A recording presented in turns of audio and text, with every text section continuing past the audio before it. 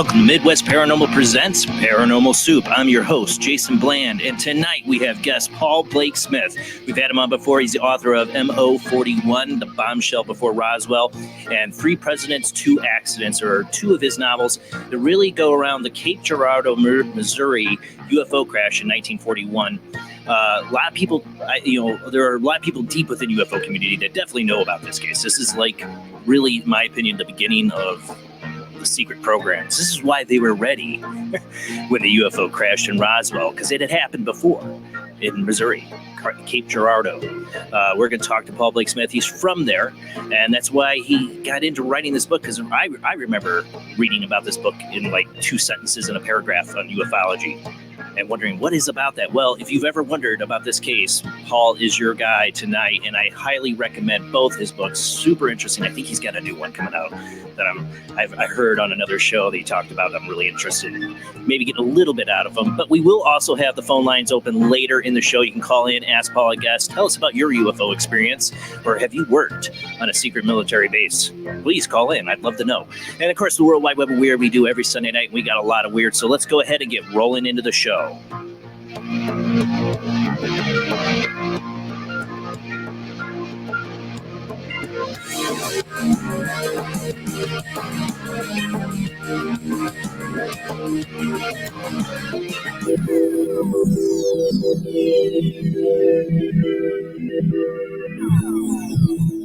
Welcome to another night of Paranormal Soup. I am your host, Jason Bland, and our guest tonight is Paul Blake Smith,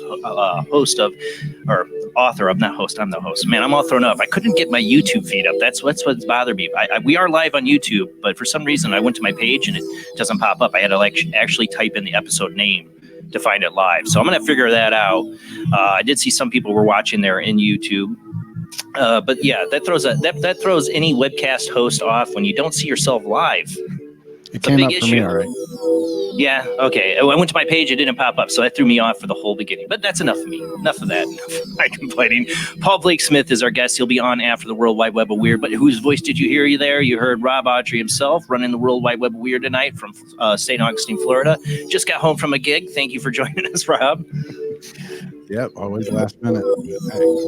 Hey, you're here. You're here. And it's a lot better than me trying to run the World Wide Web of Weird. So, and then my beautiful co-host Jamie D is with us. How you doing tonight, Jamie? I'm doing well, thank you. I'm glad to get Paul back on. We had him on. He was an excellent guest, and super excited. Frog in my throat. Oh, everything's just going perfect. But we can show your comments tonight. We will try our best. And yeah, like Linda said here, World Wide Web of Weird. Let's go ahead and roll into the World Wide Web of Weird.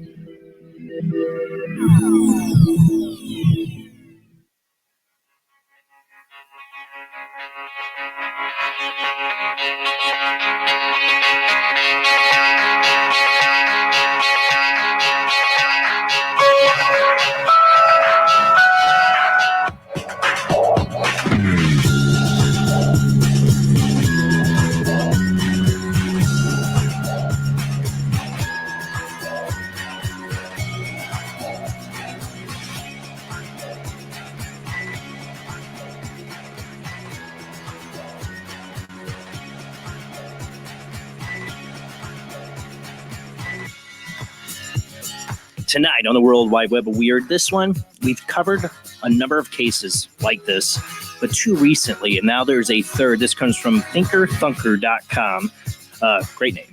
It happened again. Toddler disappears, gone 4 days, turns up unharmed, cared for by angelic bears, guardian pit bull, or Bigfoot. I believe we've had the Bigfoot and the guardian bear. I think the new one's a pit bull, if I remember right. But these cases seem to keep popping up.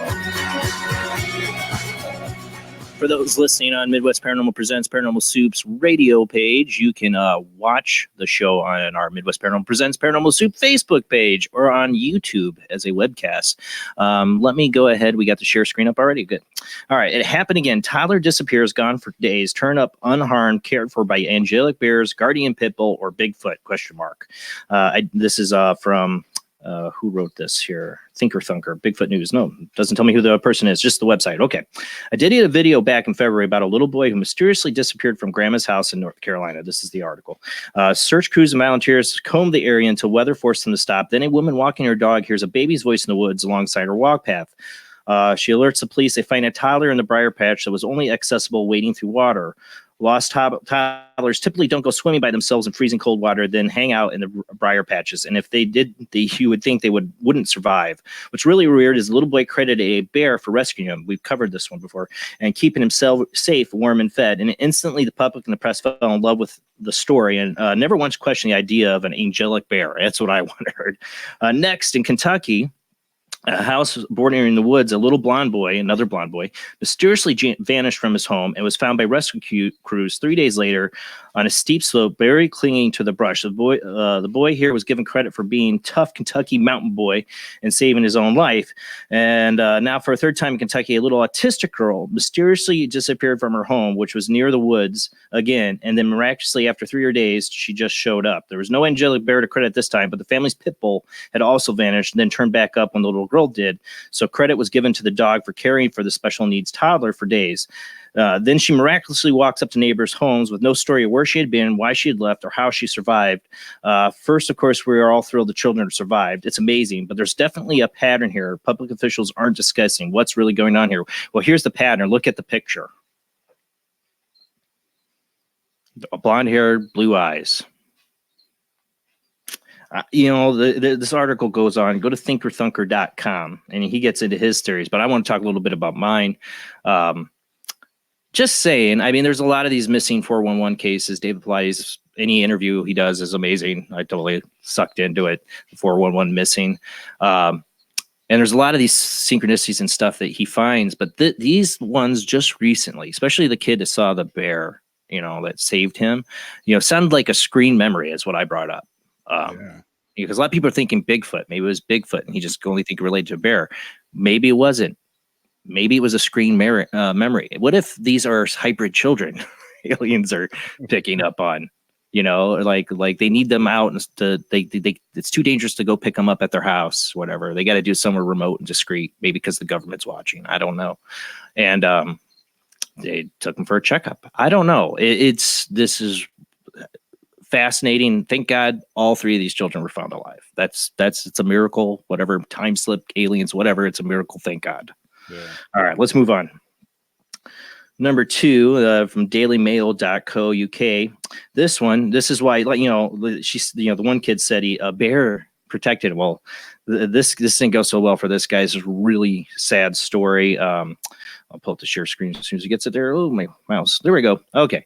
A musician 44 is disgraced from his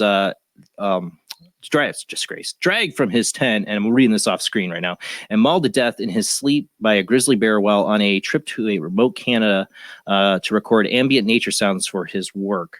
The musician was collecting nature sounds while camping in a remote spot in Canada, was mauled to death by a bear, dragged him away as he slept. Julian Gauthier, 44, was born in Canada but lived in France since he was 19, was on a trip by the Mackenzie River in Northwest Territories when he was dragged off by the beast on Thursday, July 15th, according to biologist Camille Tiscani, who was traveling with him.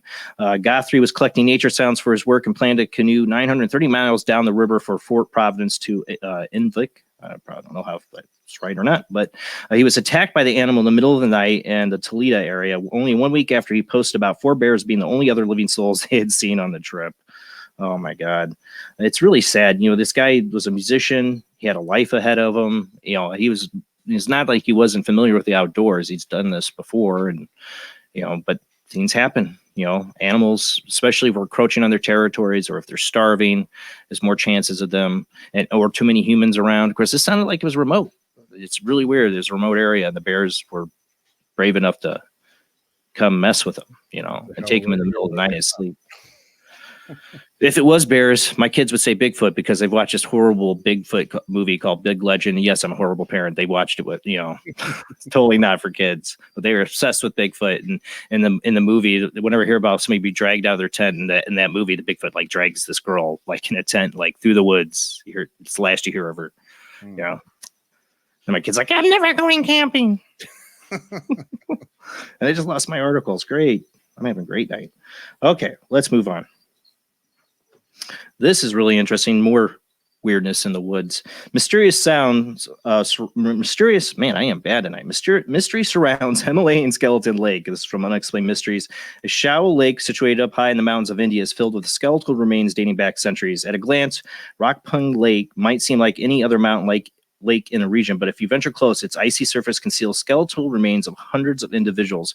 Who these people were or how they got there has long remained a topic of debate among researchers, with some speculating that the ancient catastrophe could be to blame.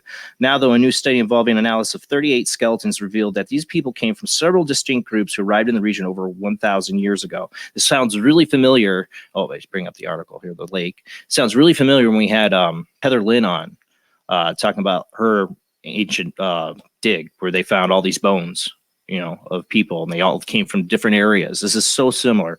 Out of these examined, 23 had come from present-day India, 14 come from Crete and Greece, while one remaining individual appeared to have come from Southeast Asia. So all over the place, 1,000 years ago. To go to this one little crappy lake bed and die there, that is a mystery. Yeah. Again, I mean, what would draw all these people such long distances and have them die there? It just reminded me so much of when we had Heather Lynn on, one of her archaeological digs that she brought up, is finding all those bones, from these people from all over Europe and in Asia. Look. Yeah, it doesn't have anything to do with this article in particular, but for some reason it rings a bell from watching that Bob Lazar interview when he was talking about the reactors and some of them being found in an archaeological dig. Finding the alien spacecraft in an archaeological dig. Yeah. The man, see, she's digging into that. That's all I'll say. That's all I'll say on that. That's so interesting. If she can find out anything on that, if there was an archaeological dig. Yeah. I know. I still think about that one. We'll get her back on. All right, let's move on. Though. All right, number 4 is this is another security camera footage of a ghost. But this one, I don't know. It's kind of interesting. I don't know how well it's going to translate on the share screen here. Ghost child filmed by home security system. We got this off of Coast to Coast, but well. A curious piece of footage captured by a home security system in Long Island residents features a strange anomaly that some viewers believe is the apparition of a child. The eerie scene was filmed in the home of a man named Joey Nolan at around 1 a.m. on August 8th. In the video, a fairly distinct form that resembles a child can be seen seemingly entering the room and sitting on the floor. Puzzled by the weird visitor spotted by his security system, Nolan posted the video to YouTube and wrote that some people who had seen the footage theorized that the anomaly was a little boy and their pet. All right, I'm going to pull it up full screen. Go ahead and play it again. Yeah, see it? They do a zoom in here in a second, because at first I'm like, oh, it's a bit odd. But look at that. That's odd. It looks like something it walks through on a close-up.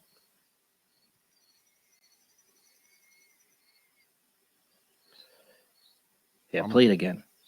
Let's see it. You almost see it walking. Yeah.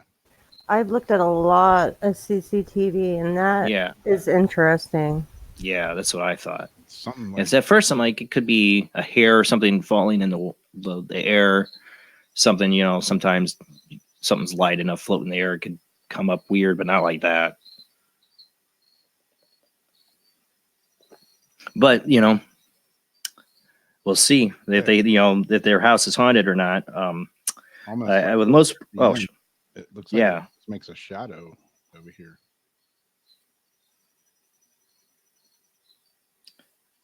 But they don't really talk about in the like they're really having ghostly phenomenon. They just caught this on their camera. I want to know more. Like, are you having stuff happen in the home? Maybe that's just I don't know. It's interesting. Yeah. It really looks like something walking through. Yeah, they said then a pet. So that's the little thing moving down below is what they're saying is another pet. The cat doesn't seem to care. Yeah, he's just... They talk about animals seeing spirits, so this one's not even paying attention. And just because there's a spirit doesn't necessarily mean they're going to be making themselves known or causing chaos. It could just be coexisting with them. It kind of like a kid skipping through. Yeah. Mm-hmm. And there's like a little pet down below. Like a little pet orb. Yeah. I don't know. It's odd. Okay, we can move on now. I don't know. I get transfixed watching it over and over. I'm like, is that a ghost child? Is it a ghost child? Okay, let's move on though. All right, so we featured this robot before shooting guns. Now Russia's sending him up to the International Space Station. Unexplained mysteries again, because I love them because they have the short articles, great for radio. Russian gun-toting robot flies to the International Space Station. I think did I just do a picture of this one? I can't remember if I did a video. No, I had a video of it. So, an image from inside the spacecraft, which soared into the heavens after a successful launch from the Baikonur Cosmodrome in Kazakhstan, showed the robot clutching a small Russian flag as it proudly sat in the commander's seat. Known as Skybot F-850, nicknamed for Fedor, the robot who will spend roughly 2 weeks aboard the International Space Station so that its creators can see how it gets on in zero gravity. It's the latest in a series of Russian-built Fedor robots that can be designed to perform a whole range of tasks, like shooting guns, from driving cars to operating a welding torch and everything in between, like holding guns and shooting them. Perhaps the most notorious example of the robot's versatility is in a video 2017 showing them wielding 2 automatic pistols and shooting at targets on a gun range, and not missing, by the way. The stunt even prompted Deputy Prime Minister Dmitry Rogozin to write, "We are not creating a Terminator, but artificial intelligence that will be of a great practical significance in various fields. We're not creating a Terminator." That makes me feel so much better. Exactly. So much better. Fortunately, though, Fedor won't be bringing any weapons aboard the space station. No, he just can kill them with his bare hands. Exactly. He is the weapon. All right. He doesn't need a gun. Heck, if he wants, he can just bust a window and let all the oxygen out. He's going to be fine. Yeah, I would not be comfortable being the astronaut. Oh, Russia's sending up this robot. Here's a video of him shooting 2 automatic pistols. How do you feel about that, astronauts? Yeah. Talk about our ways our doomsday episode. Which way we're going to die? Plague, virus, or kill ourselves with AI? I mean, blow ourselves up in nuclear war. I don't know. Pick your way. Pick your choose the form of your destructor. But man, it really looks like robot AI is the way we're going. Oh yeah. Yep. Especially when you see that thing. I should have the video of it. They didn't of it shooting the guns. Look at it. Fly that. Oh, look at that. Look, that great CG. And now you could show it murdering people. Because that's what they're going to do. Yep. They don't spend all that money to make a robot go up the International Space Station and help some astronauts. No, they're thinking, robot army, man. Weapon. Okay, move on. dailystar.co.uk family. With the last 2, I decided, since we're talking UFOs, the MO41 case, I thought we'd cover some UFO ones. And these ones are, I don't know. I'm not an expert. I'm just a guy that goes, ooh, when I see these videos. This one here, family gasp and shock as strange lights appear twice over Nevada before vanishing. Onlookers ruled out the site being a blimp as they supposedly never fly in that area. This is in Nevada. A bizarre glowing object like a family stunned appeared twice over a Nevada town before mysteriously vanished. Go ahead and I'll bring that up. I gotta bring it up. Go ahead and play it. No way! No, Mom! It comes back. They keep following it. It disappears the first time I see it, and then they keep following. I edited the video down.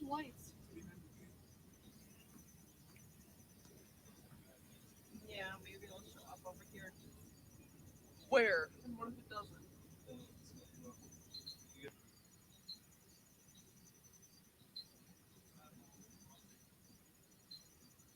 Here we go. I should have edited more, right? Should edit that out. But yeah, what is that?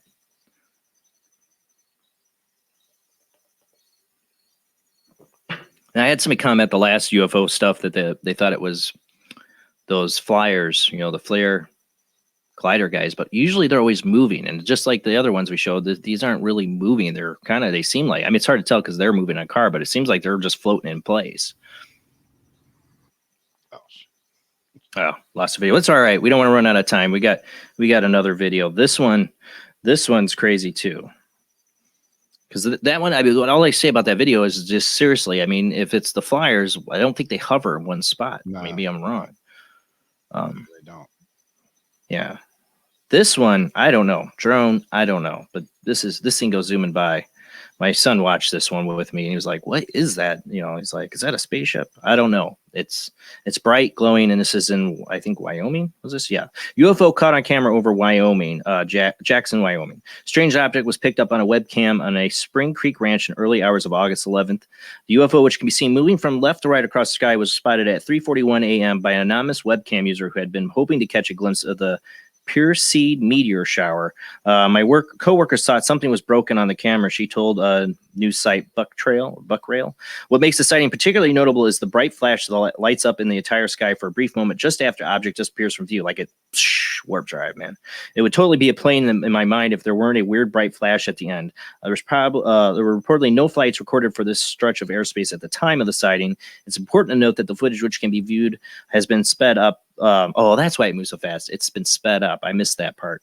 Me and my son were just going, ooh, watching it. The webcam only captures 1 frame per second, so the object was actually moving much slower. Oh, I thought this thing was booking it. Oh, well, that makes sense. But still, what could it be? Yeah. I thought this thing was like booking it the way it looks. Look.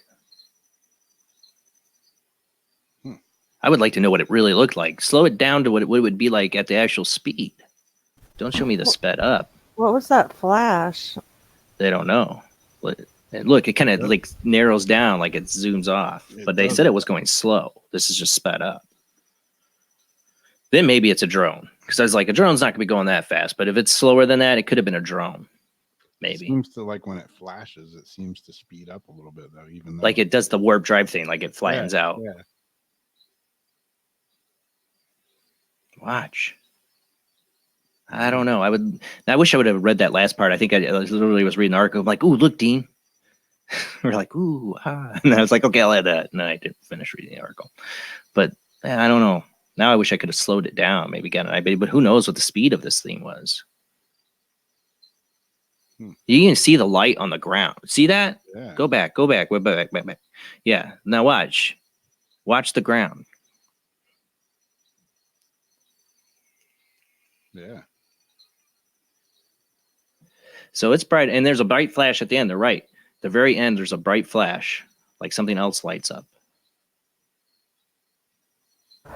Right at the beginning, is that a reflection? So you see the light, and then there's like a flash.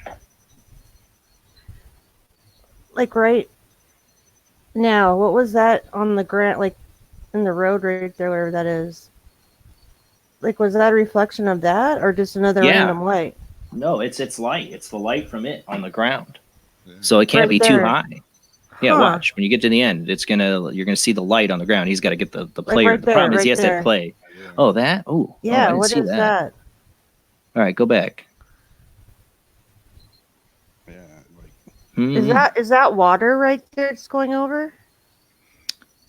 There's a creek there, so it could be. yeah. It's like, It's a reflection. You're right. Yeah. I think they said there's a creek there. I think you're right. It's the reflection of it because look, it perfectly matches. Yeah. So it's a reflection. So it's low. It's got the reflection in the water. You got good eye. And then the reflection on the ground. I wish. Oh, and there was like another light trailing under it as it starts taking off. But you see at the and- very end, after it's out of the frame for like a second, 2 seconds, there's this big bright. See that? Yeah, that big bright flash. Yeah. right there. Like it just boom, it went warp drive. I don't know. But look how much it brightens up. Look how much of the light that is. I mean, I know See, this is IR. It sucks that it's out of frame like that because then we can't tell, did that make that light, or just by coincidence when it went off, did something else happen to light up at the Look at same that. time? I don't know. Because That that is would crazy. definitely not be a drone if it flashed like that. It's I don't know. A reflection right over here too. That's there the whole frames though. I don't know what kind of light. I'm curious what that light is, but if you notice, it's there the whole time. Okay. Yeah. I don't know if that's a building down there. See, is that just lens glare underneath it? Like go. That is there? it. It's light. Right- See, right it's right here. there. It's illuminating it. It's Underneath illuminating it. it. Like Yeah. what's follow? Yeah. What is That's that? a lens flare up there. Yeah, I think Okay. that's a lens flare Um, because that's how bright this thing is. And look, it Yeah. lights up the ground a little bit, and then that bright flash right here at the end. Yeah. definitely Warp drive. interesting. But that's it for the World Wide Web of Weird. Our guest tonight, Paul Blake Smith, author of MO41, Bombshell Before Roswell, and 3 Presidents, 2 Accidents. And I know he's got a new book. We're going to try to get him out of him. We will have phone lines open later in the show, probably after the second commercial break. This is the first commercial break. It is a short one, but we will be back. Don't forget to check us out, follow and subscribe on Facebook and YouTube, and check us out on Patreon with your donations that help us do more. Like we got the StreamYard. This costs money. Help us out. You know, anything you can do. The Tonight Show. We're going to talk about MO41. That's Cape Girardeau, 1941, UFO crash. This is before Roswell, guys. This is going to be awesome, and I cannot wait. All right, guys, we're back to the short break.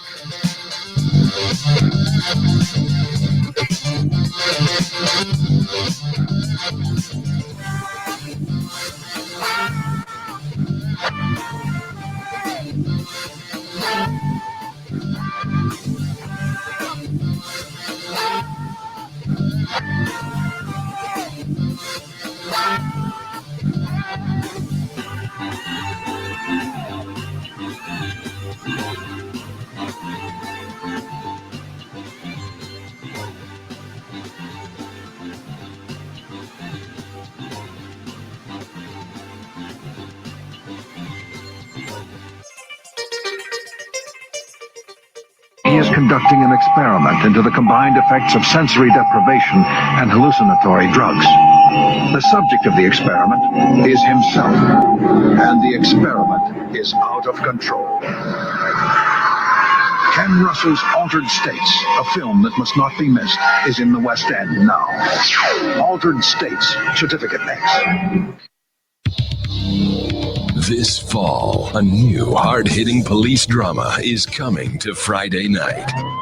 He was a well-to-do cop transferred to a troubled precinct downtown. His new partner is a space traveler with a passion for justice. It's Yuppie and the Alien. Look, you might vaporize dissidents in Alpha Centauri, but in this precinct, we do it by the book. I'm so terribly sorry, Captain. Goog, I'm sorry. Don't miss this one-of-a-kind police drama. They're fighting crime the hard way in designer clothes with $250,000 sports car and a UFO. Partner, let's go cruise in the car and look moody. One tough downtown precinct, 2 outsiders doing things their way. Yuppie and the Alien on VBC. Paranation Magazine is a new paranormal magazine based out of Denver, Colorado. Our goal isn't just to give you the best paranormal content out there, but to promote paranormal unity. We're doing this by giving everyone an opportunity to tell their stories and to share their experiences. For more information, follow us on Facebook at Paranation Magazine and soon, paranationmag.com. Somewhere between science and superstition, there is another world, a world of darkness. Nobody expected it. Nobody believed it.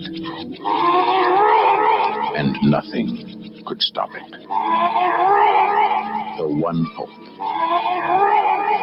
The only hope.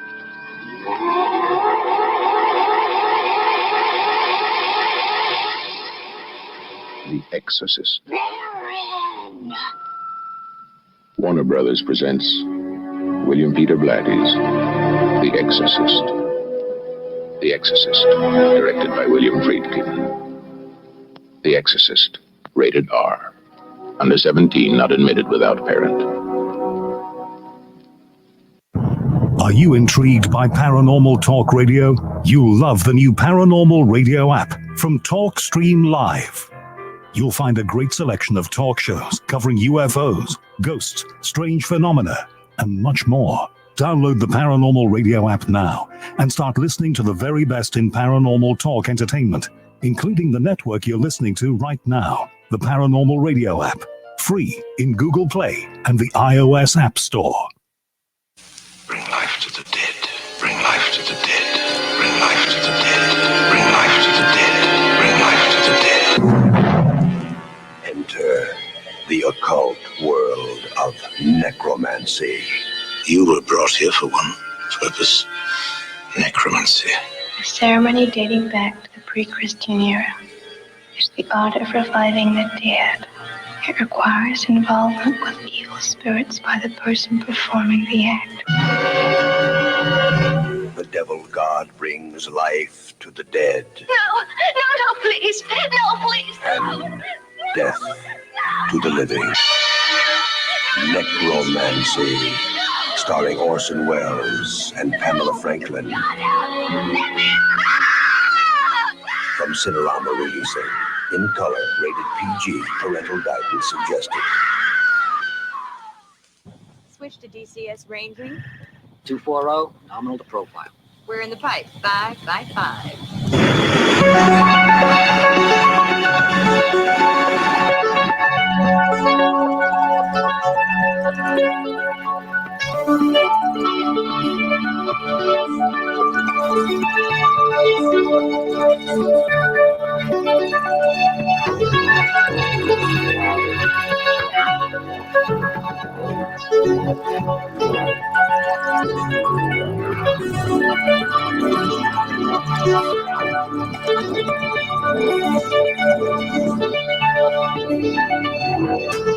Tonight on Paranormal Soup, our guest is Paul Blake Smith. Paul was born in Cape Girardeau Southeast Hospital, raised in town, educated by Cape Public School Systems.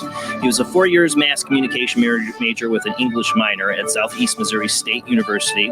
Paul's grandfather, Randolph P. Smith, was 50 years practicing attorney in Cape and was also a judge, plus the town's city attorney for 10 years.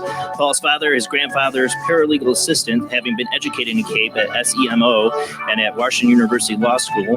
Paul's mother was a longtime school teacher in the nearby Scott County, where some feel the 1941 UFO crash occurred just outside of Cape City and county borders. Today, Paul lives and works in Western Missouri, working on other books and movie screenplays. Paul has been featured on numerous radio shows, such as internationally syndicated Coast to Coast AM, Unexplained Phenomenon Radio, plus the podcast from England. He just was on Heather Wade's show just recently. He's written about newspapers in Southeast Missouri and subject to YouTube interviews with journalist Linda Moulton Howell. And he's the author of MO41, the Bombshell Before Roswell. And that's what we're going to be talking about. This case predates Roswell. This is when we might have been able to find out if aliens were really here, but the government managed to hide it. Well, Roswell, they sure as heck were ready for. And it's probably because of this case. We're going to get into that tonight. And the phone lines will be open after the second commercial break. So just hold on. We'll get to your calls. Let's go ahead and get to our guest.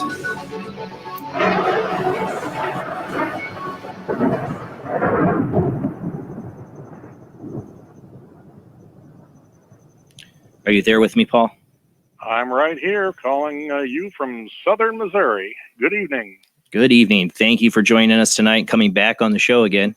I don't know why you would want to do that. Temporary insanity, I assure you. Oh, I totally enjoyed the book, and I got to read Three Presidents and Two Accents. I read your first one. I still haven't read that one, and maybe later. I heard a little. You were on Heather's show, mention another book in the works. We can get into a little bit, maybe, if you let us. But this whole subject is interested me since my earliest imaginations when I first read my first book on Roswell by Stanton Friedman. Who I got to meet, luckily, before he passed away. Oh, cool. And, I've always been curious. Some of my favorite books within ufology have to do with these early years, the crash sites like Roswell and Aztec and MO41. And what I remember is reading in a book on it, I remember seeing about the case in 1941, but that's it. There was like nothing else until I heard about you. And then I actually got the story. So how did this start for you? Right. I've heard this story around the turn of the century, and I kept waiting and waiting for a book to come out. Right. And occasionally I would pick up a UFO book, and there might be a paragraph. And that was nearly it. And I'm thinking, this is my own hometown. This is crazy. Right. Someone should explore this, research it, and write a book. And I thought, well, I'm somebody. I'll do it myself. And after I had enough material for one book, I began accumulating more material and some updates and interesting tidbits. And I put together a second book called Three Presidents, Two Accidents. And I don't really get too many updates anymore. The well seems to have run dry, but it's such a fascinating story. I'm sure people listening tonight will be quite interested. As you mentioned, this was 6 years before Roswell's crash in New Mexico. So it predates it, and it sounds a good deal like it when you hear the story. And it's the smack dab. Roswell's out in the middle of the desert, pretty much. Plains. This was smack dab in Missouri, in the Midwest.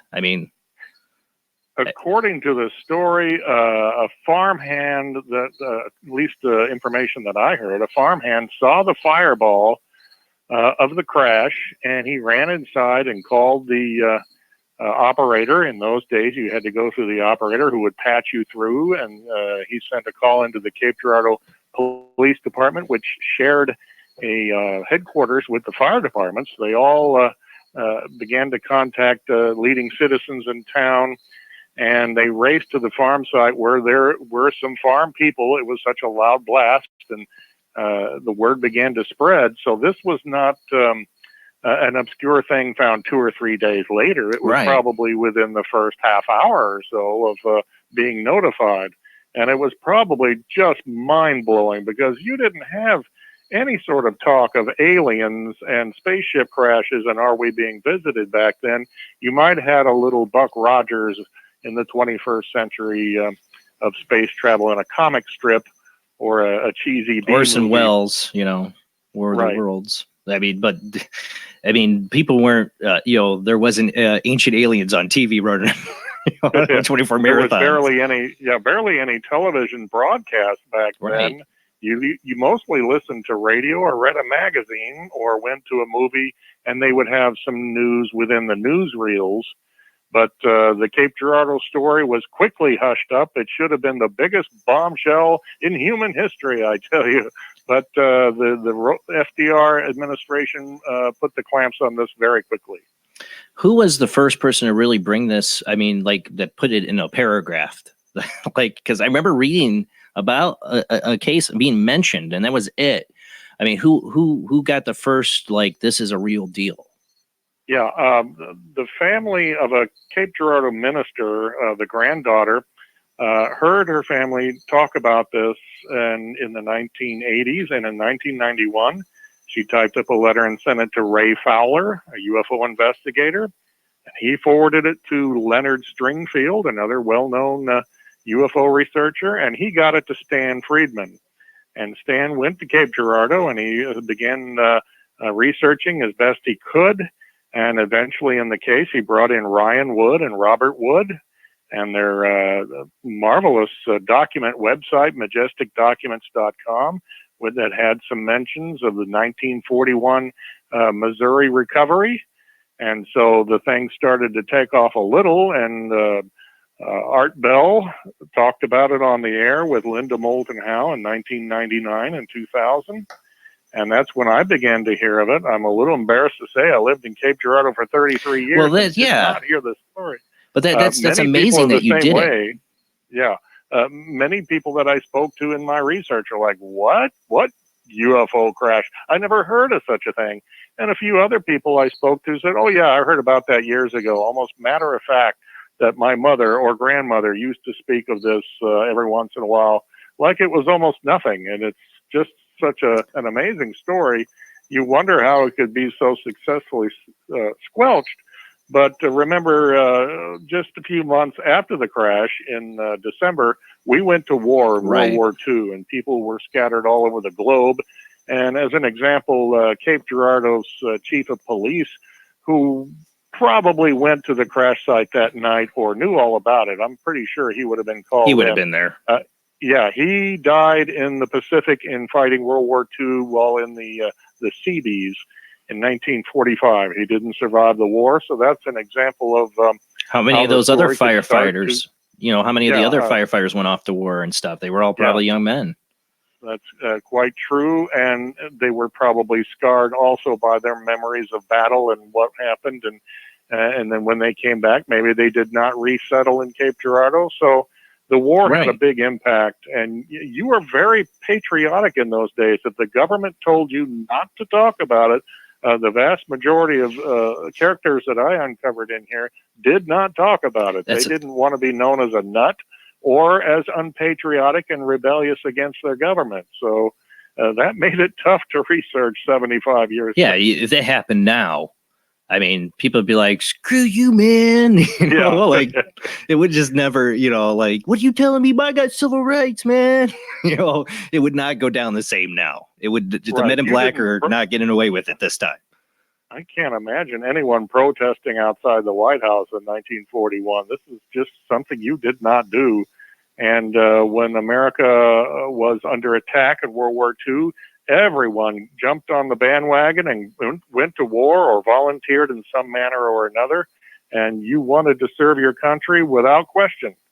And so in 1941, if you were a Cape Girardeau citizen, there was a National Guard armory in town, and many citizens were also soldiers.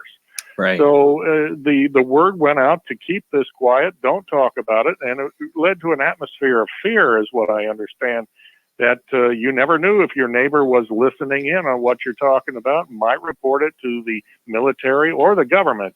So that also had an impact on keeping this quiet right from the start.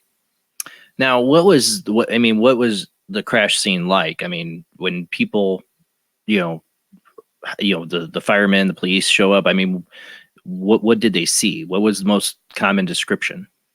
Well, a Cape Girardeau Baptist minister named Reverend William G. Huffman was called that night and went with a police associate in an unmarked car out to the farm, which was about 12 or 13 miles away from downtown Cape Girardeau.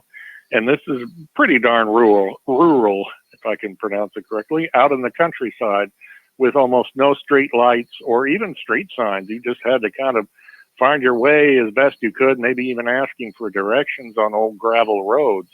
So one of the best ways to find the site was to see the vehicles gathered with their headlights on and people with flashlights and flames from the wreckage. What time of night was it?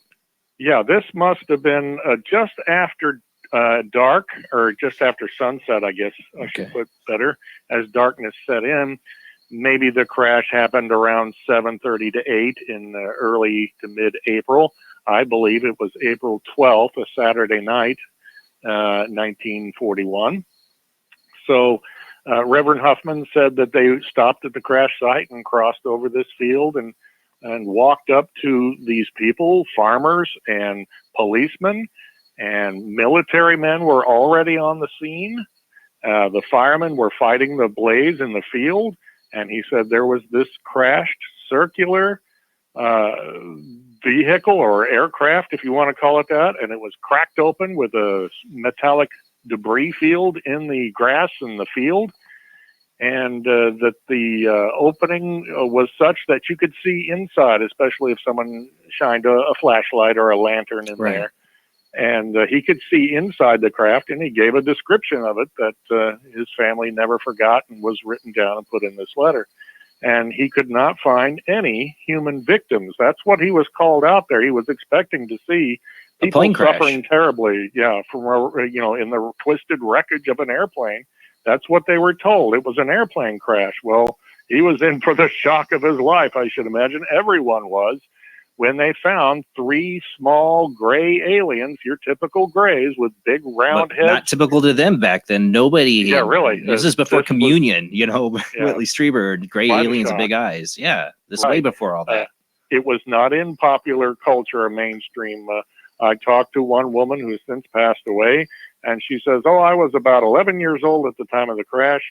I remember my family was talking excitedly with some neighbors, and they just called it outer space people in their little spacecraft. They didn't use the term ET, she said, or alien. Well, it didn't exist really then. UFO.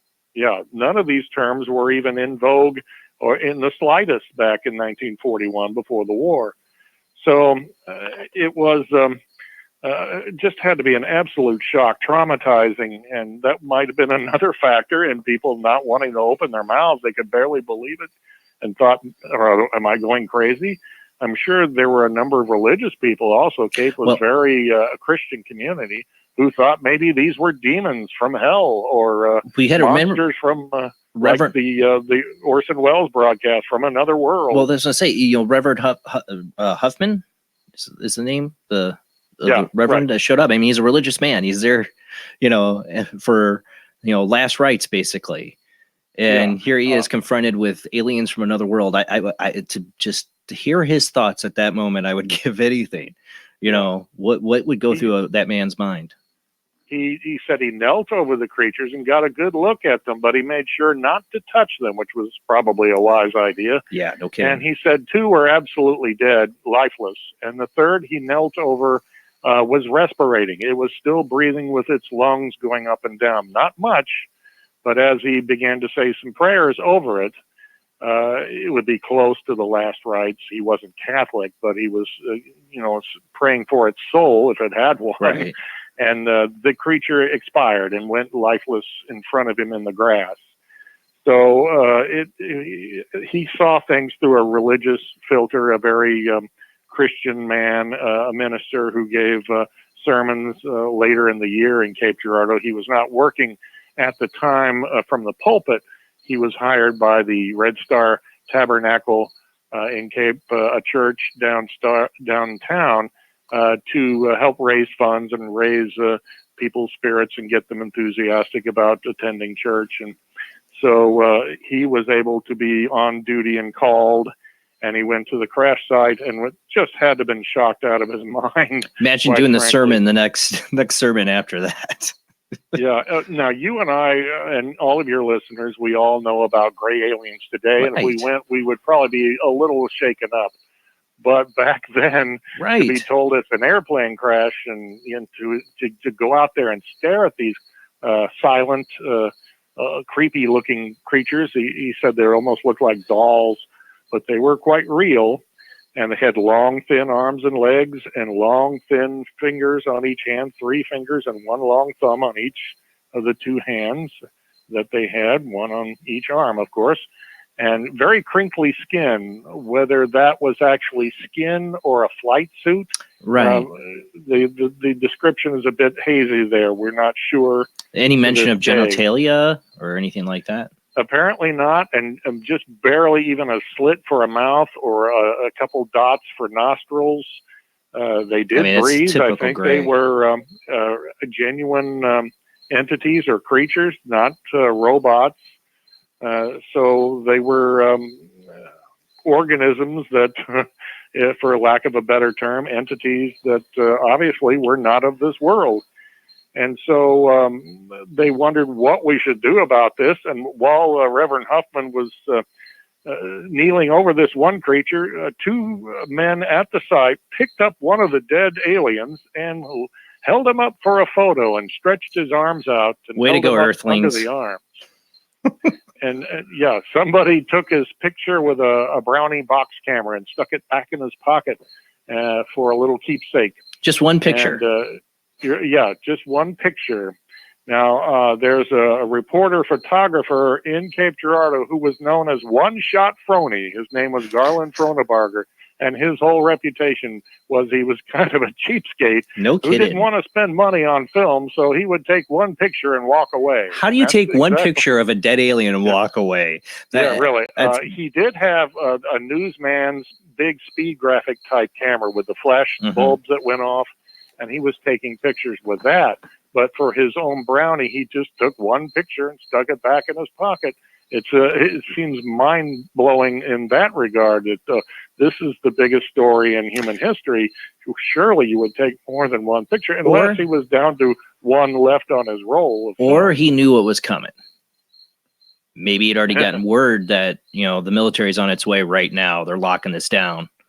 And they did show up shortly thereafter, so it was a wise move. And the military had him remove all his camera film and hand it over and either exposed it or tucked it away and took it. But they did not realize he had this Brownie camera in his pocket, and he kept his mouth shut about that, and he took it home and developed He knew what he was doing. Right. So it certainly looks that way. And he developed the film, and he 2 weeks later walked up to Reverend Huffman at the Huffman home in downtown Cape, just up the street from his church, and said, I have a copy of this photo. I want you to have a copy of this photo, because he recognized Reverend Huffman from having been at the crash. They may have even known each other prior to the event. So Reverend Huffman wasn't too thrilled to have this. It was probably a hot potato, and he gave it to his son, and they tucked it away somewhere. And to this day, that photograph has not surfaced publicly. You can go online and look up the Cape Girardeau crash alien photo, and you get a recreation that was done for a 2002 Sci-Fi Channel program, a one that I highly recommend. It's called The Secret, Evidence That We Are Not Alone. They recreated the Cape Girardeau story for about 2 minutes. Yeah, I've seen it, and they did a pretty darn good job. I wish they would have expanded upon it, but I'm also hopeful that someday a theatrical film could be made, or a documentary for TV. It's such a fascinating story. Right. It seems just amazingly overlooked by Hollywood, but we'll see. I mean, Roswell, like I said, it seemed like they knew what they were doing by then. The shutting it down and coming in, swapping in. This story could almost got away from them, because that's correct. New. As people began to talk and word began to spread at the actual crash site, there weren't too many working telephones in the countryside. The government had that going for them, but they did have a military representative at the site called out, because they thought it was going to be an airplane, possibly even a military jet, let's say, that crashed on takeoff or tried to take off from the nearby airport, of which there were 2, but neither one operated at night. They had no landing lights. They were just grass fields. So the military sent an Air Force type representative out there, and it turns out he was connected with the aerial training program in Sikeston, Missouri. The sheriff of Cape County had a brother who was part of that unit, and they naturally called him in and said, you're going to have to see this. You're going to want to see this, the event of a lifetime. And they sent a unit up to take charge of the crash site. They closed in quickly by, let's say, 9 or 9:30 that night, and had everyone hand over their notes, their souvenir debris that they had picked up, and any camera film. They told everyone, you're not to discuss this ever. This is a matter of national security. You have to do your country right by not mentioning this to anyone, and we'll take every bit of this. So right from the start, the American military swore people, maybe even on Reverend Huffman's Bible for all we know, to not mention this incident ever. Reverend Huffman may well have been sworn by an FBI agent. The FBI was called in. They had opened up a field office in downtown Cape Girardeau about 1 month before the crash. Oh, wow. So, so that's timely.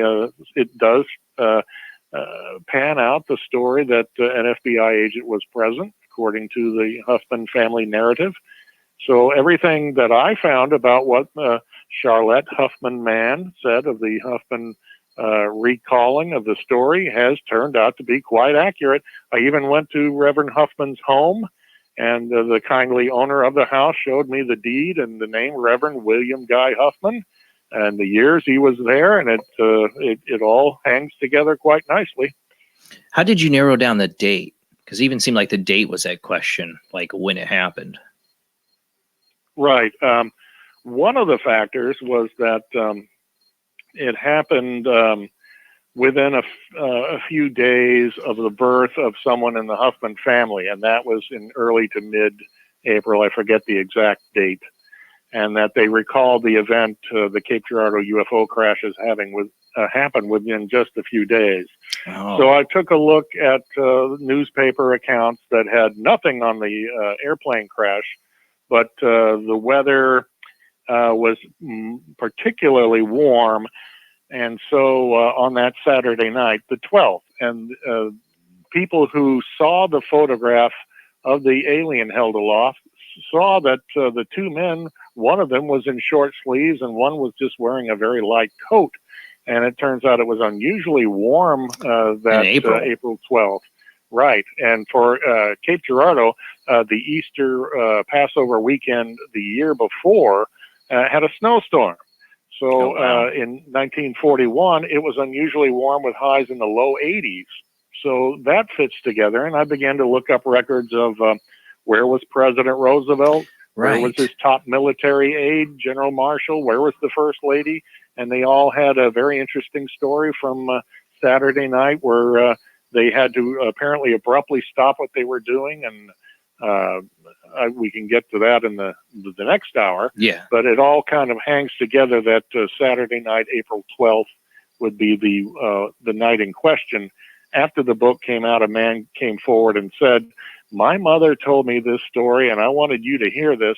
She said when she was about 14, she went down the street to church one morning and ran into Reverend Huffman, who was up all night, he said, looking frazzled and really pale and shaken. And Reverend Huffman told her he'd been called to a crash site the night before and couldn't sleep all night long. So if she was going to church, obviously Sunday morning. Right, so it was a and Saturday. There's another clue that it happened on a Saturday night. So he had to give, did he give service that Sunday morning? No, I checked the Cape Girardeau newspapers, and it has the name of almost every pastor in town and what church they were giving sermons to for Easter morning. And he was not listed. He was simply a fundraiser at the time for the Red Star Church. Oh, imagine that sermon if he had to. Like, I don't know people anymore. You know, it had to have blown his mind a little bit. I'm sure he found a way to cope with it and all that. I mean, so Huffman gave the photo that he got from the original photographer, a copy of it, to his son.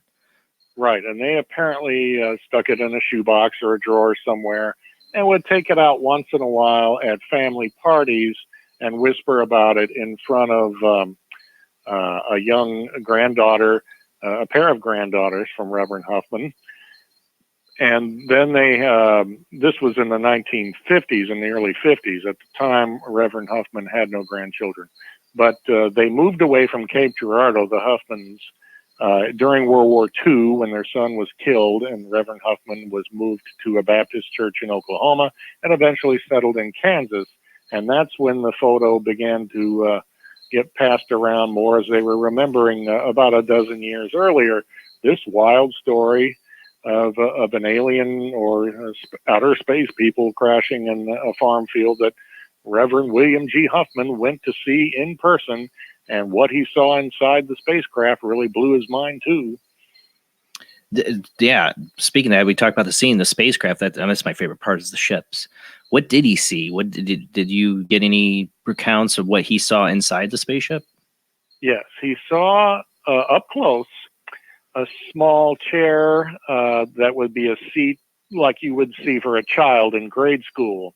And that there was a control panel with perhaps gauges and dials and buttons, and a silver band around the ceiling or the top part of the cockpit or flight control, flight deck, if you want to call it, inside. And it had strange hieroglyphic writings on it. But the hole was blown open. There's no clear answer as to what caused the crash. Right.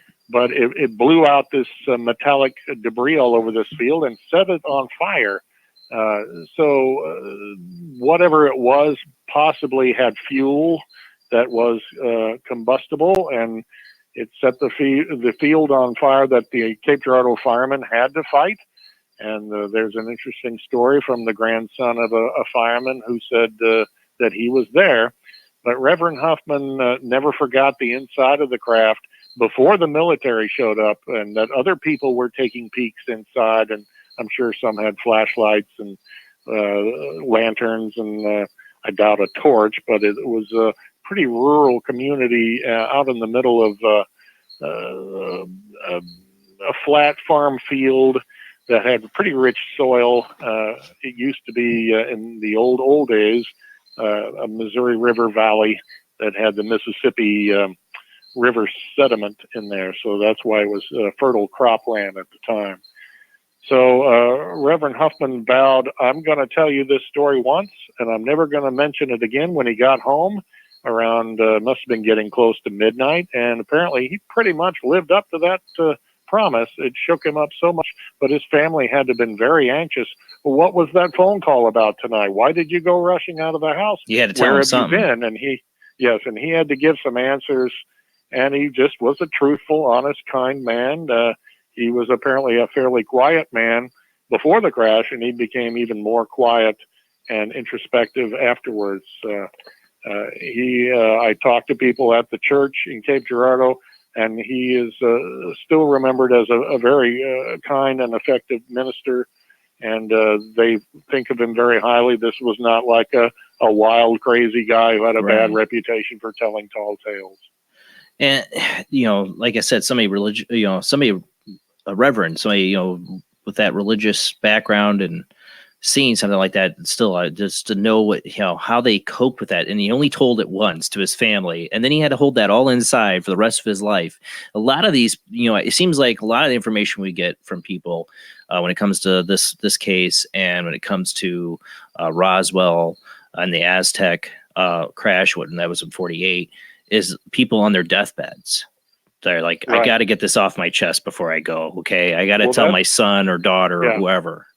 That's where Charlotte Huffman man got the story. Reverend Huffman died in 1959, but his wife, Floy Huffman, was ill with cancer and getting pretty bad, staying with Charlotte Huffman, and she asked her grandmother over and over, and she finally relented and told the story, because the granddaughter had seen the photograph fleetingly a few times and wondered, what was that all about? Was that a real alien?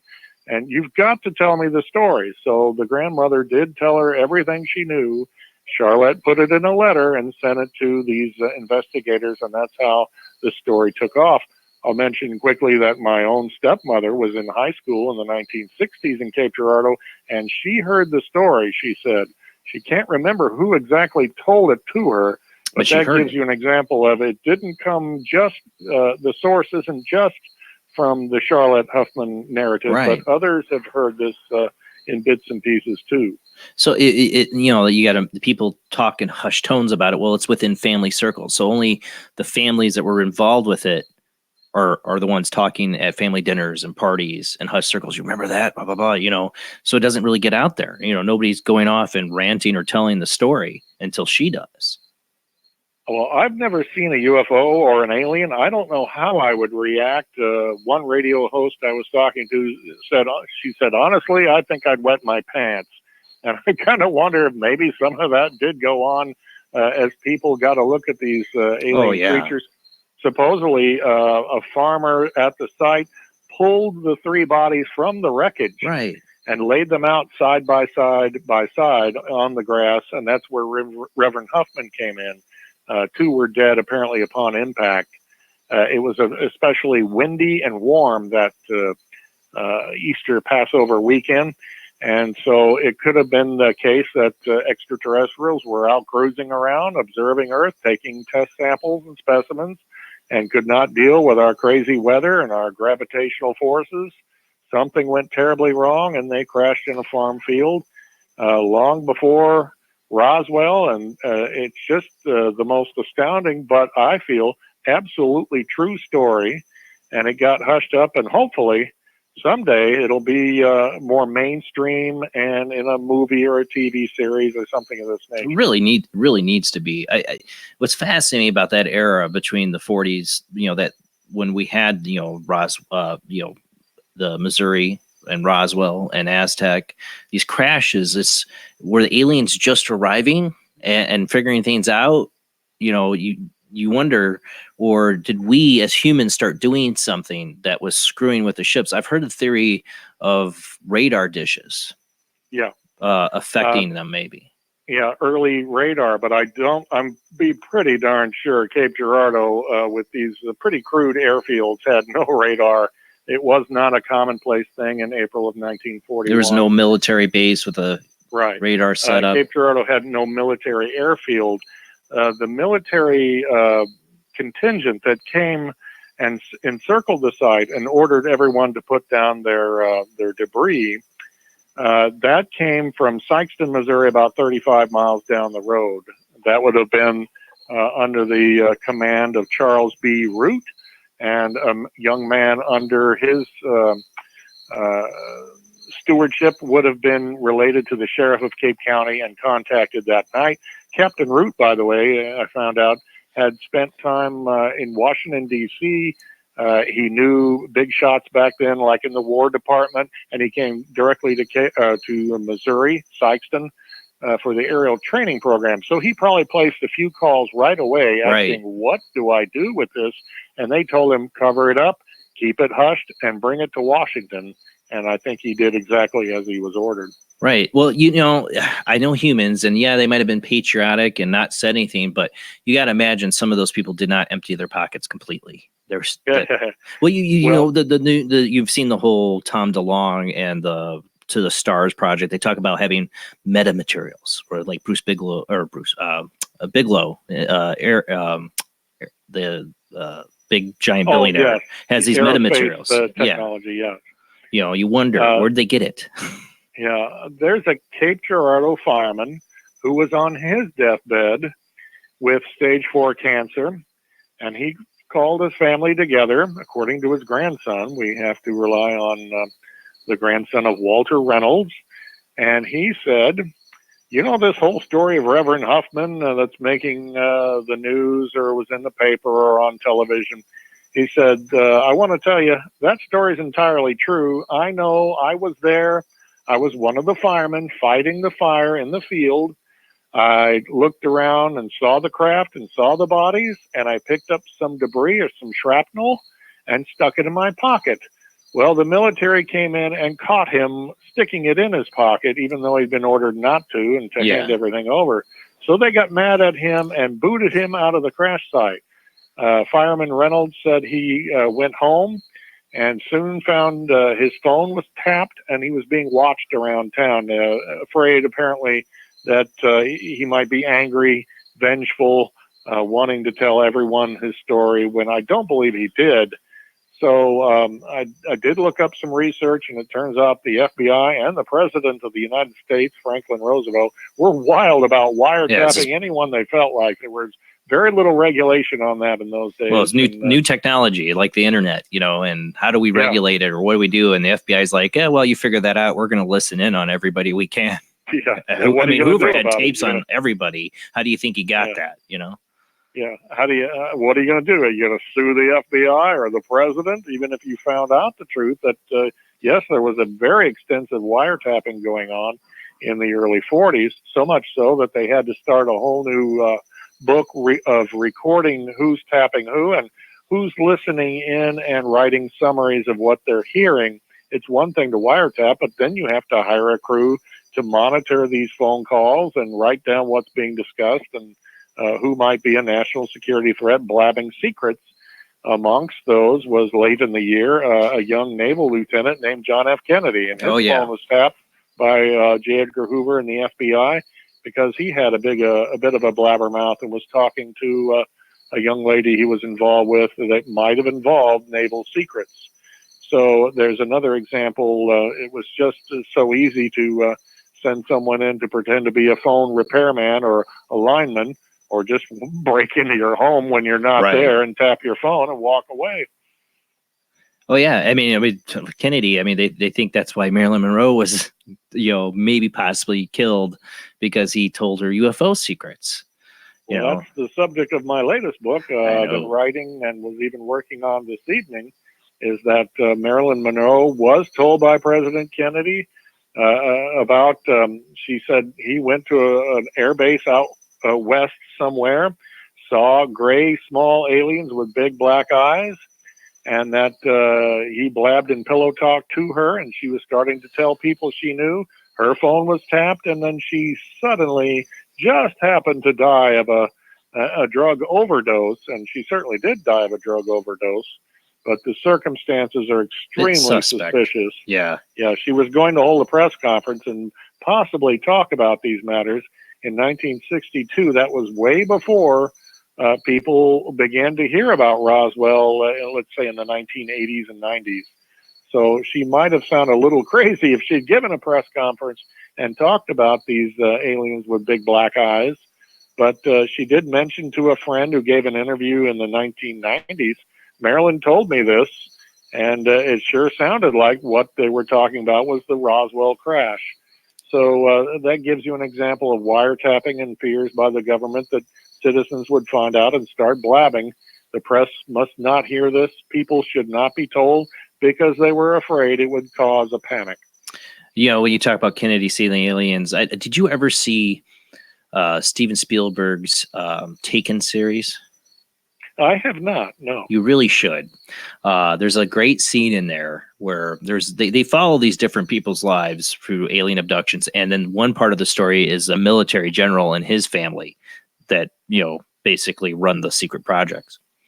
And the military generals there, and they had like recreate Kennedy. Like you see Kennedy's reflection in the glass of the alien in the thing, and he's talking to this general about, you know, we need to get world cooperation and stuff like that on this. And the general's not happy, you know, and it's like, we're gonna have to do something about him. You know, they leave it at that.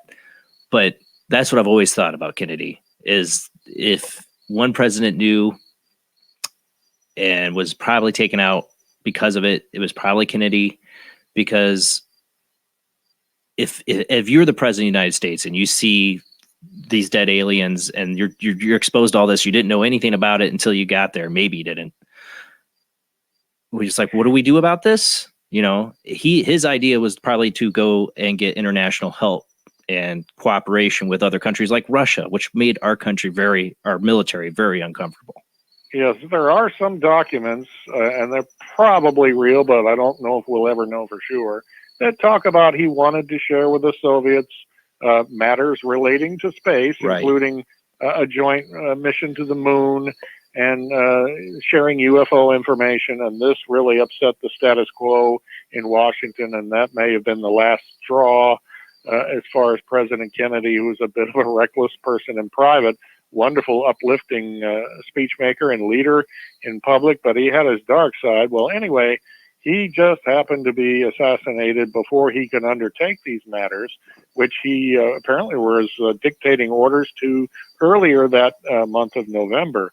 But I would like to get some sodium pentothal, some truth serum, and put it in Steven Spielberg's drink and see what he knows. Exactly. That's why I'm saying you should watch. You should really watch this, Paul, because when I read your book, I keep going back to that miniseries because the first part of that miniseries starts off with a crash. Of course, they're alluding to Roswell, but a lot of the aspects of it and what happened and you know, how it fell down the line, you know, how it became secret. Where do they have it in the fictionalized series?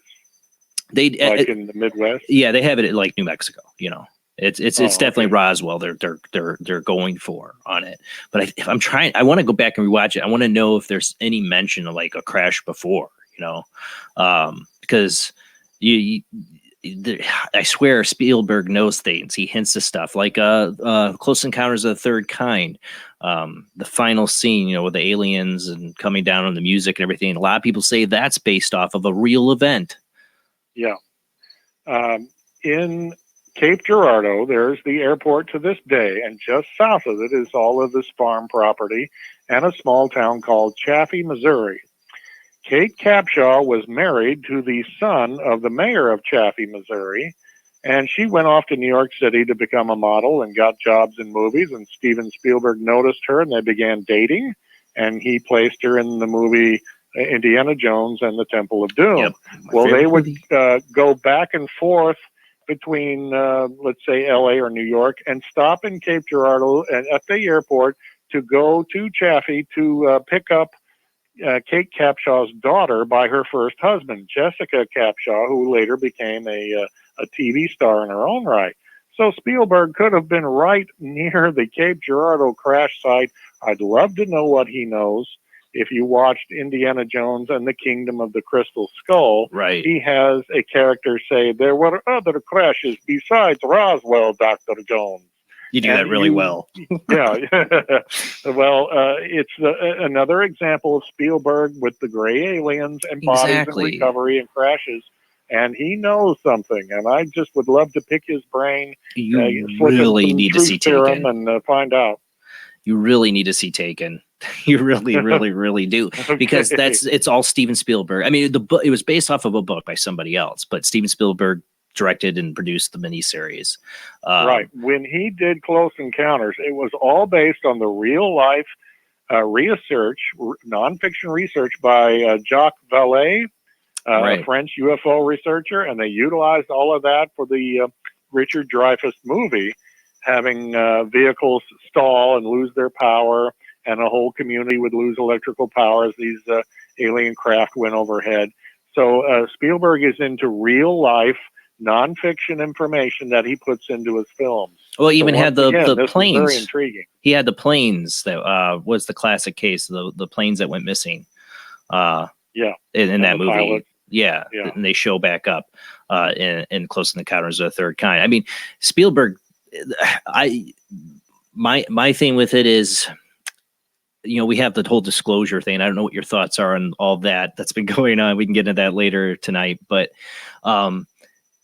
is if they were to just say, well, someday we have to tell people, or someday this is going to blow up in our face, and one of these things is going to crash downtown, New York or something. I mean, right now they've gotten lucky. It's crashed out in rural places, and it's been, of course, most of these crashes, like I said, something was going on in the 40s, I think, that made this a lot of these crashes happen. It doesn't seem like we're having them like this now, but if they were to have one, they got to be ready. So what better way than to use Hollywood as your way to slowly get the idea in people's brains? Because I'm sure some people thought, like, wow, look how shocked these witnesses are. Look how dumbfounded they are. Like, what would happen on a massive scale if this was, totally exposed?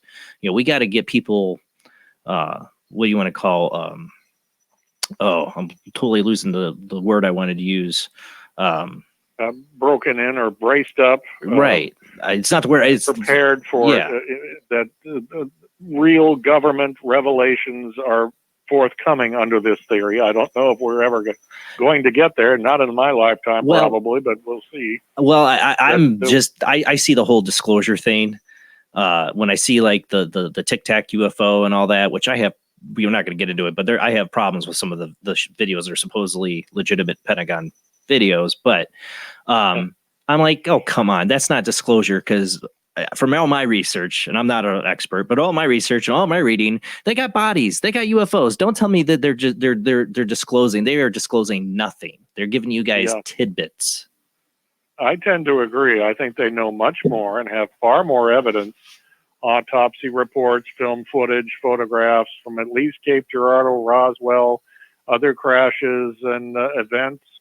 And when they feel we're ready, I think we basically are in America. I'm not sure about other countries, but they'll let slip something. It's getting harder and harder to deny when everyone's got a cell phone and there's the latest video of what's been captured in any part of the world. However, we do know, thanks to computer technology, some videos Steven can Spielberg be fake. special effects. Yeah, that's right. CGI. And so you never know what to trust anymore. Well, that's why I like the old cases. That's why I've always been fascinated by the cases from the original witnesses. Because one, they weren't exposed to anything in Hollywood or Steven Spielberg. Two, there was, if we had that photo, I mean, we're about ready to come up on a break. We didn't even get to that. I mean, I know the answer to this, but tell the audience, for those who have not heard you before, about a little bit about why don't we have that photo now? The photograph was passed around in the Huffman family at some dinner parties, and one day they had a guest who was an insurance agent from across the street in their small Kansas town. Turns out later they found out, it was discovered, he apparently was an Army intelligence officer. He came over to dinner, they showed him the photograph, and he said, oh, I know a little something about photography, and I've got a friend who's a wildlife expert. I'll show him this picture and get it back to you. Not only did he not get the picture back to him, the guy skipped town and they never saw him again. How long did he live there? How long did he live there before he skipped town? Because my question, whenever I read that, I wondered from the very get-go, was he a plant? They knew this family had this photo and they wanted to find a way to get it? Or just happenstance that they ended up living next door to a spook? I honestly don't know the answer to that. it could be a coincidence, or the guy moved in and began asking questions. Apparently, the family invited him to dinner, and the topic came up. So it's difficult to Who say brought the topic whether up, he right? was the one who brought it up, wanting to get any evidence and take it with him, or if it's just a coincidence. But late in life, as an old man, he was found living in Albuquerque, New Mexico, about a mile or two from the Manzano storage area and Kirtland Air Force Base. These are areas that have been reputed for many years to be secretly working on reverse engineering alien craft or storing crashed discs and such.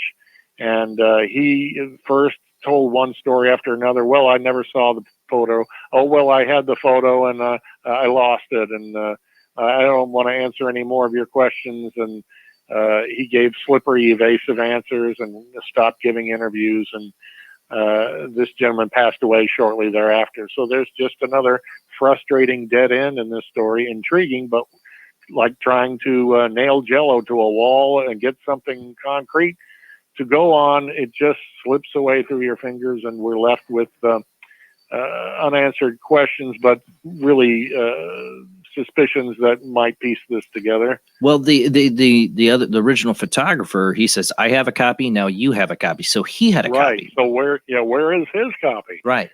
He probably had a home dark room. It didn't take much in those days for professionals or even amateur photographers to develop one in your basement. And so I want to know where is his photograph, but he might have hidden it away or given it to someone he trusted, and it's just gone. It could turn out. I tried to talk to the owners of his house in Cape Girardeau and tell them to search it, but I never got any information back from them. You would think, though, I mean, did he have children, or did you find out of what happened to any of his descendants? Yes, I spoke to his son, who was very intrigued by the whole story, but he said, I never saw any photograph. My father was sometimes very secret about some things and very open about other things, and he did not discuss any alien crash with me, but he might have known the whole story, might have been there, and wouldn't tell me for keeping me safe from any national security violations. I don't know if that son is still alive, but he was getting into his 80s, living in retirement in Arizona when I contacted him. That's so sad. You got to wonder if it is hidden in some crevice house. You'd think he would have done something with it, but if he still had made it, lots of copies and stored he was them in cheap, various though. places like a bank vault. But he was cheap, so he probably made one copy. That's quite true. That could be a factor. Yeah, he made one copy for him, one for the Reverend. That's probably the only copy he ever made because he was cheap, and he hid it somewhere. And either he just forgot about it but you'd think when she started getting towards the end of his life, he would go, I should do something with that photo. Yeah, and maybe he did. And sadly, one thing he could have done is, this thing's going to bring me nothing but trouble. I'd better burn it. And the negative is another factor. Where is the negative? Yeah. But it's lost in the mist of time.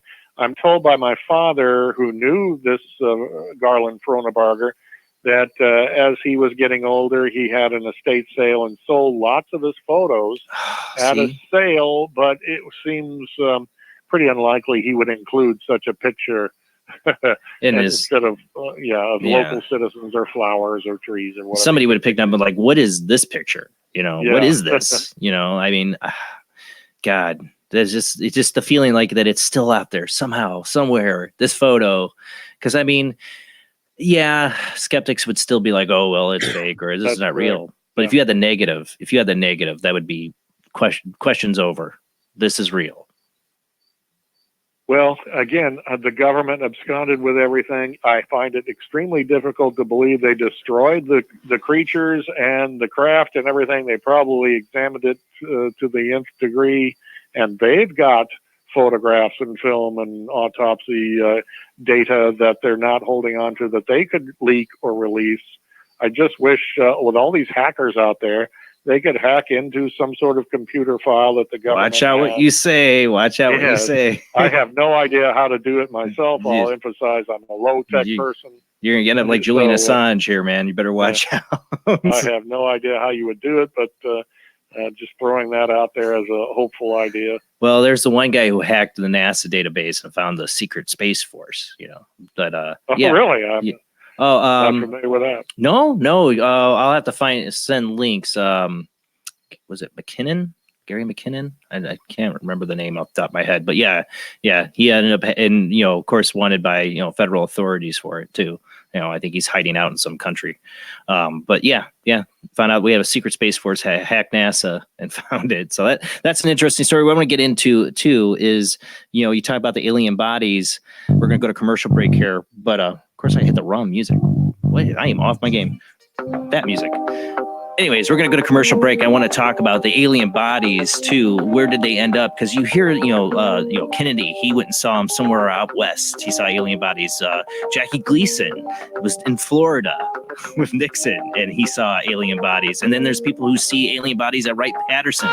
So you wonder, how many crashes, how many bodies does our government have locked away somewhere? And where are the bodies from the Cape Girardeau crash? Where did they end up? We'll get into all that when we come back from commercial break with our guest, Paul Blake Smith, author of MO41, The Bombshell Before Roswell. We'll be right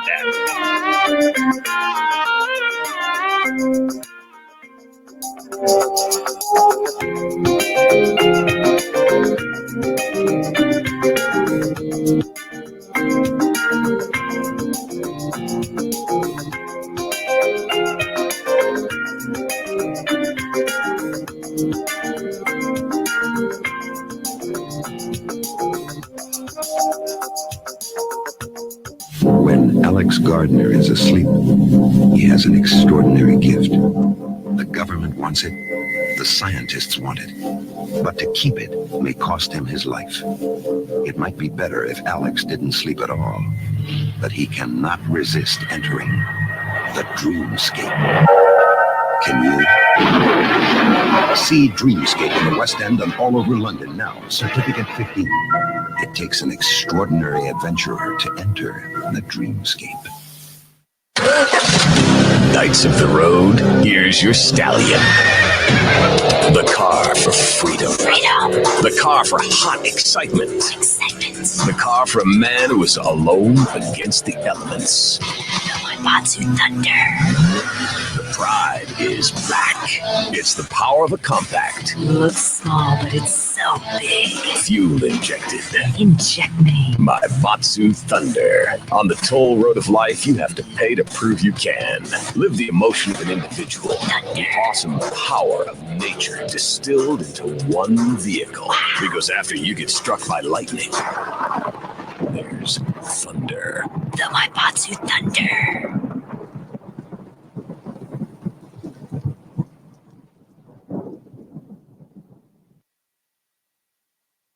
Tired of school? Who was Joan of Arc? Noah's wife? Like to travel? Let's go back into history. Let's reach out and touch someone. Want to meet people in the past? Put them in the Iron Maiden. Iron Maiden? Excellent! Execute them. Otis. Then hitch a ride with George Carlin, Keanu Reeves, and Alex Winter in Bill and Ted's Excellent Adventure from Orion Pictures.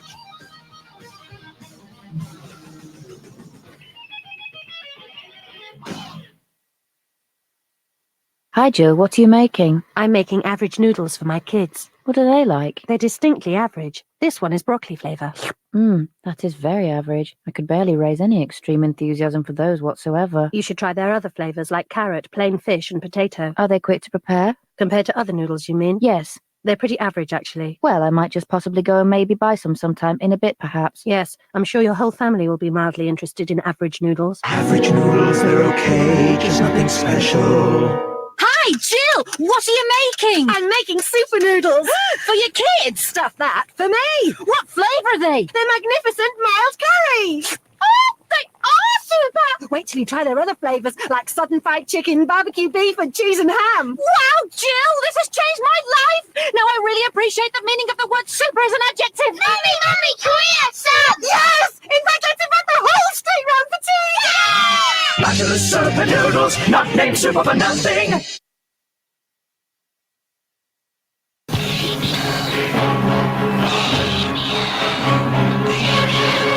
The first time was only a warning. Damien, Omen 2. Now showing at the Leicester Square Theatre. Certificate X. Available in paperback from Futura Books.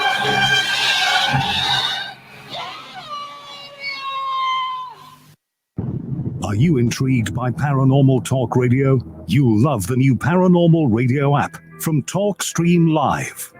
You'll find a great selection of talk shows covering UFOs, ghosts, strange phenomena, and much more. Download the Paranormal Radio app now and start listening to the very best in paranormal talk entertainment, including the network you're listening to right now, the Paranormal Radio app, free in Google Play and the iOS App Store. Please, Spock, do me a favor, and don't say it's fascinating. No. But it is interesting.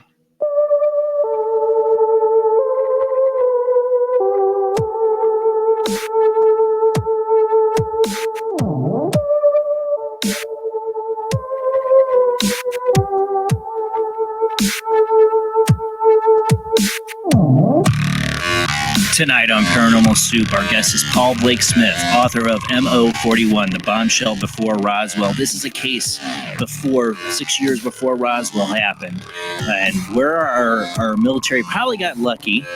People that didn't have cell phones back then, or they had photographers who didn't want to take a lot of pictures because they wanted to save money on film, or people that were just scared of their government. We might have never known about this, but these things do find their way out to the public. Things that can't hide things forever, and maybe that's why they've been preparing us in fiction. We talked about Steven Spielberg and the movies. Again, I highly recommend watch Taken, the miniseries, that they know something. They're trying to prep us because eventually, one of these days, these things are going to crash again somehow, and plenty of phones with cameras, and there's no way they're going to get away with what they have. So they know it's probably coming. A real disclosure. We're going to talk about tonight too, where is all the evidence? Where are they hiding it? Right, Patterson, Area 51, Area 52. Where did these bodies end up? Where did the craft end up? That's what I want to know. That's when the full disclosure happens, is when they show us where that stuff is. That's disclosure to me. We're going to talk to our guests tonight about that, but you can call in. Tell us if you had a UFO experience, alien experience, or if you worked in a secret military base. Any experiences with that, I'd love to hear about it. Any questions you have, you can call in at 219-230-4444 or Skype ID OOJBland00. That's 219-230-4444 or Skype ID OOJBland00. Let's go ahead and get back to our guest.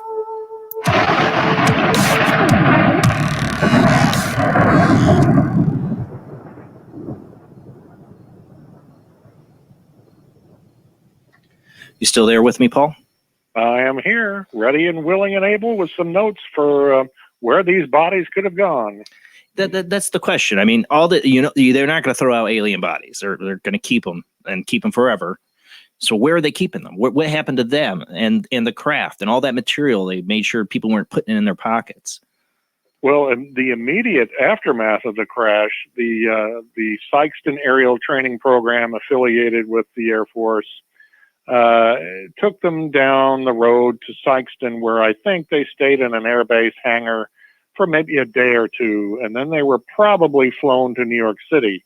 In 1941, we had a handicapped American president. We haven't had one since. FDR was confined to a wheelchair and couldn't move around well. Right.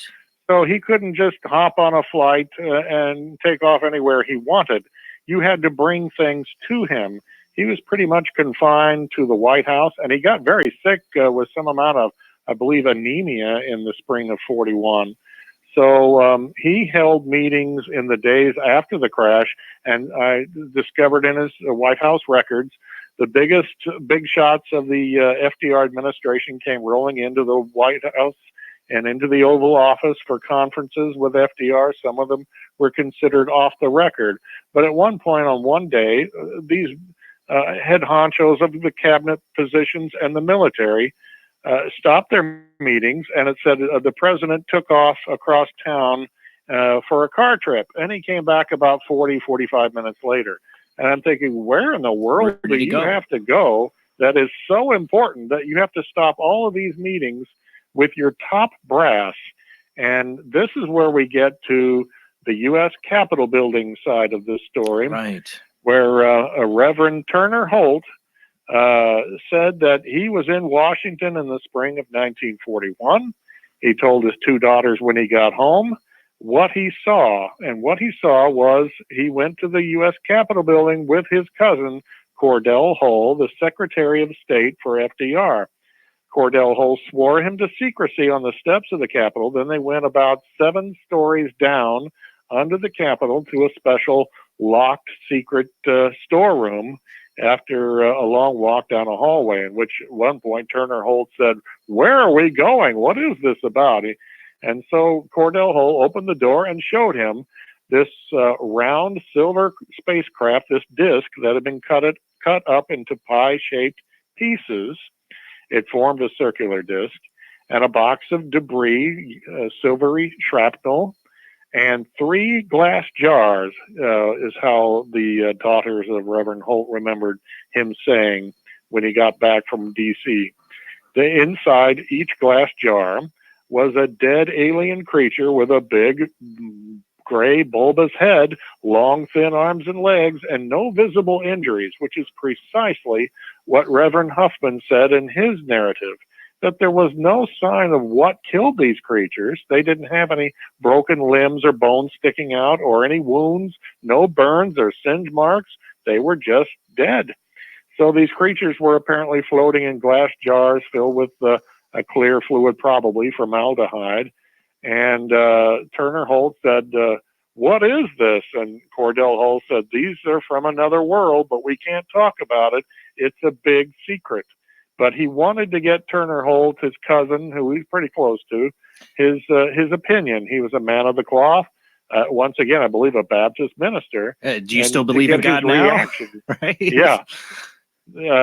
So the Reverend Holt was sworn to secrecy, and just like Reverend Huffman, as soon as he got home, he told his daughters, who remembered in the 1990s in some recorded interviews, one of them by Linda Wallace, who wrote her own book called Covert Retrieval.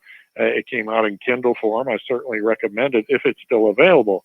But Cordell Hull showed off these creatures, and it apparently was in the spring of 1941. I told this story to a few different interview shows, podcasts. I was on Coast to Coast a couple of times. And one night on New Year's Eve, I got a call from an elderly man who said, that story about the bodies in the U.S. Capitol is true because I went in and I saw them myself. Oh, wow. It was my last day of school in May of 1941. My father worked for the FDR government in the Bureau of Statistics, and he took me on the subway underneath the Capitol, and we entered into this hallway. We walked in. We had a pass or access to get through these U.S. Capitol building hallways, and my father took me to the storeroom, and he opened it up. And in there were these 3 glass jars and dead aliens and just like the other description. And exactly, unless the man is making up the story. Right. It's always possible. But he said, it's just like that story. And he said, my father said, oh, well, this must be some sort of storeroom, and refused to comment on it then and for the rest of his life. Oh, my God. And the little boy was like 6 years old. He never forgot the story. It was his last day of school, and his dad was in charge of taking him home. And I guess he wanted a little eyewitness to tell the story possibly years later. So that's what this gentleman did. So there's another confirmation. Apparently, anyone can make up a tall tale, however, or copy off an existing story. But I got the idea in listening to this man. He really was there. He knew a great deal about Washington. He had been to the White House. He knew the Capitol. FDR was the boss back in those days. And if he wanted something shared or kept secret, that's the way it was done. And he was a Freemason. And it turns out so many members of his administration were also Freemasons, who are interested in space and the stars and the reasons for life. And they're crazy about the Capitol building, by the way. Freemasons even show it on the cover of their literature. They had a great hand in building the Capitol building back in the George Washington days. He was a Freemason who wore a Masonic apron and wore or held the trowel and helped lay the cornerstone of the U.S. Capitol right from the beginning. Freemasons helped design it and build it, and it was supposed to be an important part of American democracy. And so I was watching 60 Minutes a couple of years ago, and they took a camera underneath the U.S. Capitol building and down the hall, and they said, here's a secret storeroom where America's most valuable documents are stored, and they got the 9/11 report from this storeroom, but we're not allowed to go in. But they showed it from a distance, and by golly, I think this was it. Really? It was a guarded storeroom, and that they said this is where the 9/11 congressional report was stored, and we are not allowed to film any further. So that might have been it as more support or backup for this seemingly wild story of storing aliens under the Capitol. It sounds like something out of the National Enquirer, doesn't it? Well, yeah, I mean, all this stuff can sound like that, but to me it doesn't, because it makes a lot of sense. Like you said, FDR wasn't going to be going anywhere. We didn't have Area 51 back then. We had Wright-Patterson, which had been Wrightsfield then. Right. You know, and we had testing. You eventually, do you think these things were moved out of the Capitol, or do you think they're still there? I think after just a few months, they were moved to places like Fort Belvoir, I think it's called, Belvoir, in Washington, and Wright Field, which had a metallurgical examination lab, and probably Kirtland Air Force Base and Manzano and the Albuquerque area.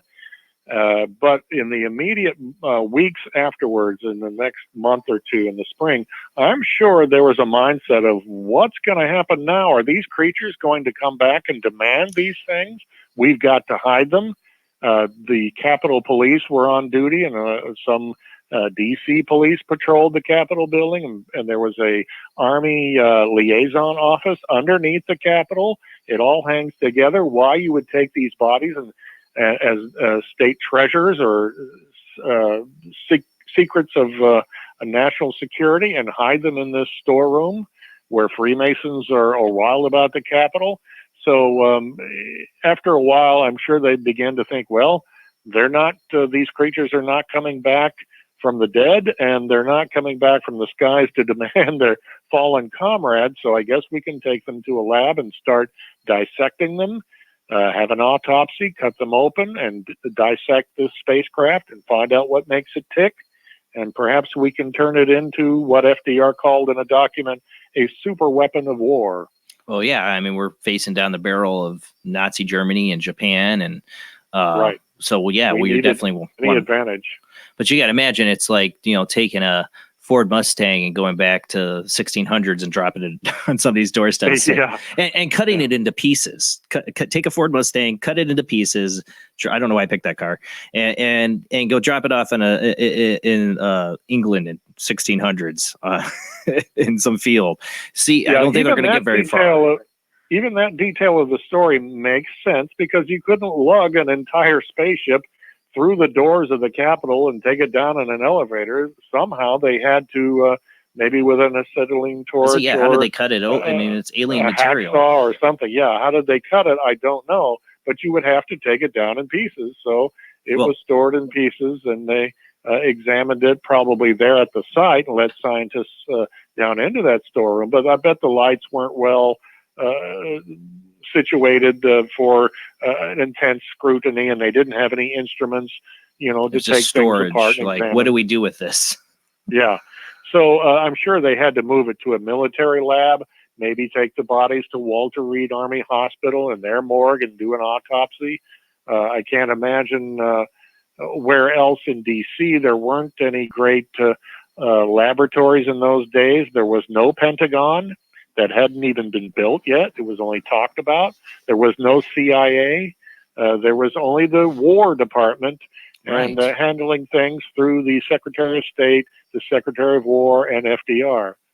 Well, I think that's the thing. You know, now the question is, you know, we do have the CIA, we have the NSA, and we have, you know, the Majestic 12 documents that that have come out. You know, we've had all these different secret agencies involved in research and study of UFOs and aliens. You know, the conspiracy theories say, but we also have people like you with the Freedom of Information Act and so they have to kind of watch what they're doing. And so now it's like we brought up Bigelow. They're just hiring out to people that don't have to answer the Freedom of Information Act. So how, I know you have your, a new book coming out. One of the things I think you talk about is Eisenhower. I felt like during the Eisenhower administration, that's where we started to lose control of all this, because they started to, this is before the Freedom of Information Act, but we were still kind of giving this stuff out to other companies, and we lost control of it. The stories were that Eisenhower was losing control of what we had recovered, because we were farming these things out to various corporations like Rand. Let's see, the Atomic Energy Commission was not a corporation, but there were others involved in examining these because of an atomic propulsion device used in the engine. And so it had to be farmed out to various trustworthy people. And the government was losing what power they had to make decisions and ask for things back. So Eisenhower and Kennedy began to lose any direct order that things had to be gone through channels. And I've read where Nixon in particular wanted things turned over to private corporations and out of the hands of the military, that it was things that we wanted to integrate into mainstream technology. And that's where you get into Philip Corso and his story of taking it around to various companies and saying, what can you make of this? What can you incorporate this into, such as lasers and night vision technology, and using tactile sensation for controls instead of knobs and switches and such. So I'm sure the very start of this was the Cape Girardeau recovery. Was Velcro taken from Roswell? I did not know that. That's one of the things I think. I don't know if that came from Philip Corso or not, but it's just like a lot of the technology. I always, Corso had his critics, the people, the bunkers, I guess. But I don't know. His story where he sat with me is true. That if I always thought it might be. Because if we're going to do it, that's how we would do it. We would have to filter this stuff out slowly into these industries in secret. I'll admit his book has some mistakes. It's not perfect. He was only a co-author. He was trying to get these points across as best he could. And he began to give interviews about it. And he was a kindly gentleman, you could tell in his interviews. And then he passed away. And so it's very frustrating. I think he had more information to tell, frankly. Right. But at least he got his main story out. Yeah. And I know he said his critics, but I always felt that, that's how we did it. That's how we got a lot. Because think about it, I mean, from just 100 years ago, how far we've come in technology. I mean, there's just no way. We had to have some kind of influence, some kind of something happened, an intervention or alien technology. I mean, it boggles the mind how far we've come. We do have somebody on the phone that's been waiting. We got 818 area code. Who do we got on? Hey, this is Dave Altman. Hey, Dave, how you doing? Thanks for calling in. Not a problem. Not a problem. Hey, Paul, how's it going? Pretty good. Hey, I wanted to ask what you knew about Fred Krisman, who was involved with the Moriarty sighting and his involvement with the JFK assassination. I have heard and read some of this material. It's a little mind-boggling on its own. It doesn't really have anything to do with Cape Girardeau, but it eventually supposedly might bring in a Guy Bannister, who was an FBI agent at the time and might have known what was going on, and that Fred Krisman may have had some real scoops, and that the FBI and the CIA did not want this information out, and that had to be crushed. It's an interesting story. I think originally from Washington State, where some material was recovered. And then the story does have its detractors, where they think it might have been a kind of form of slag or something that they denied, where some of the recovery material was extraterrestrial. It is a fascinating case. I can't say absolutely for certain that JFK was murdered just because of this. I think there were various factors that he had offended the mafia and he offended the CIA and the military. Those two worked hand in glove back then, in the military-industrial complex. I can't say that they all met in one big room in one giant conspiracy, but I think they all wanted to get rid of the guy for various reasons. Very good, very good. Will you be out at UFO Congress? I've not been invited.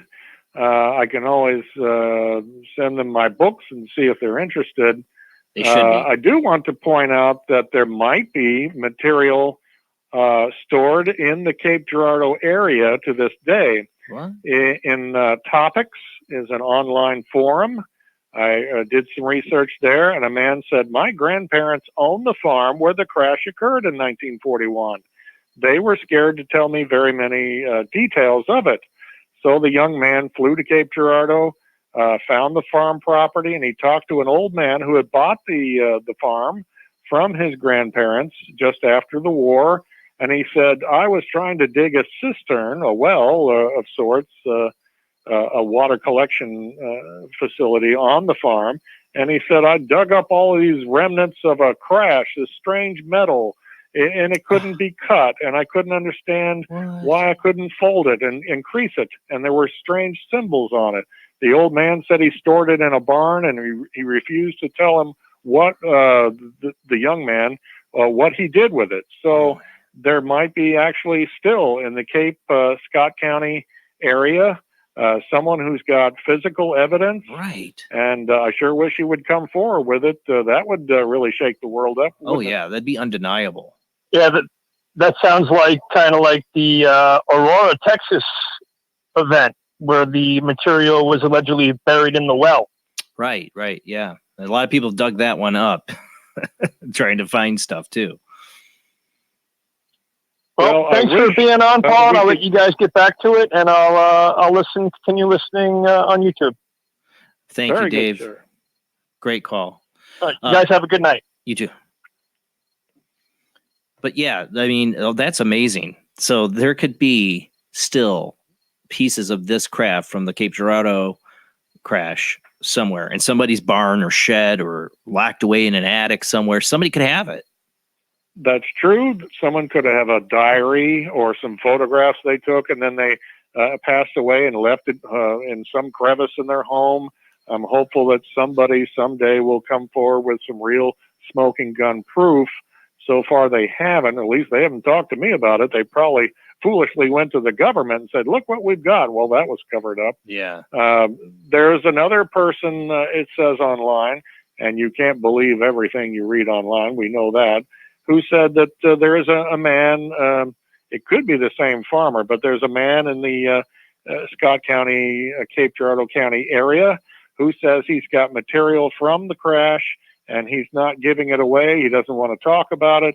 And he will even say that it happened somewhere far away to try to throw off any snoops or researchers, but that it does match the description, this strange metal that cannot be creased and or burned or cut, and that it's got some strange hieroglyphic type writings on it. That's what the old man said was on this metal, which he stored in a barn for many years, and then apparently the barn collapsed.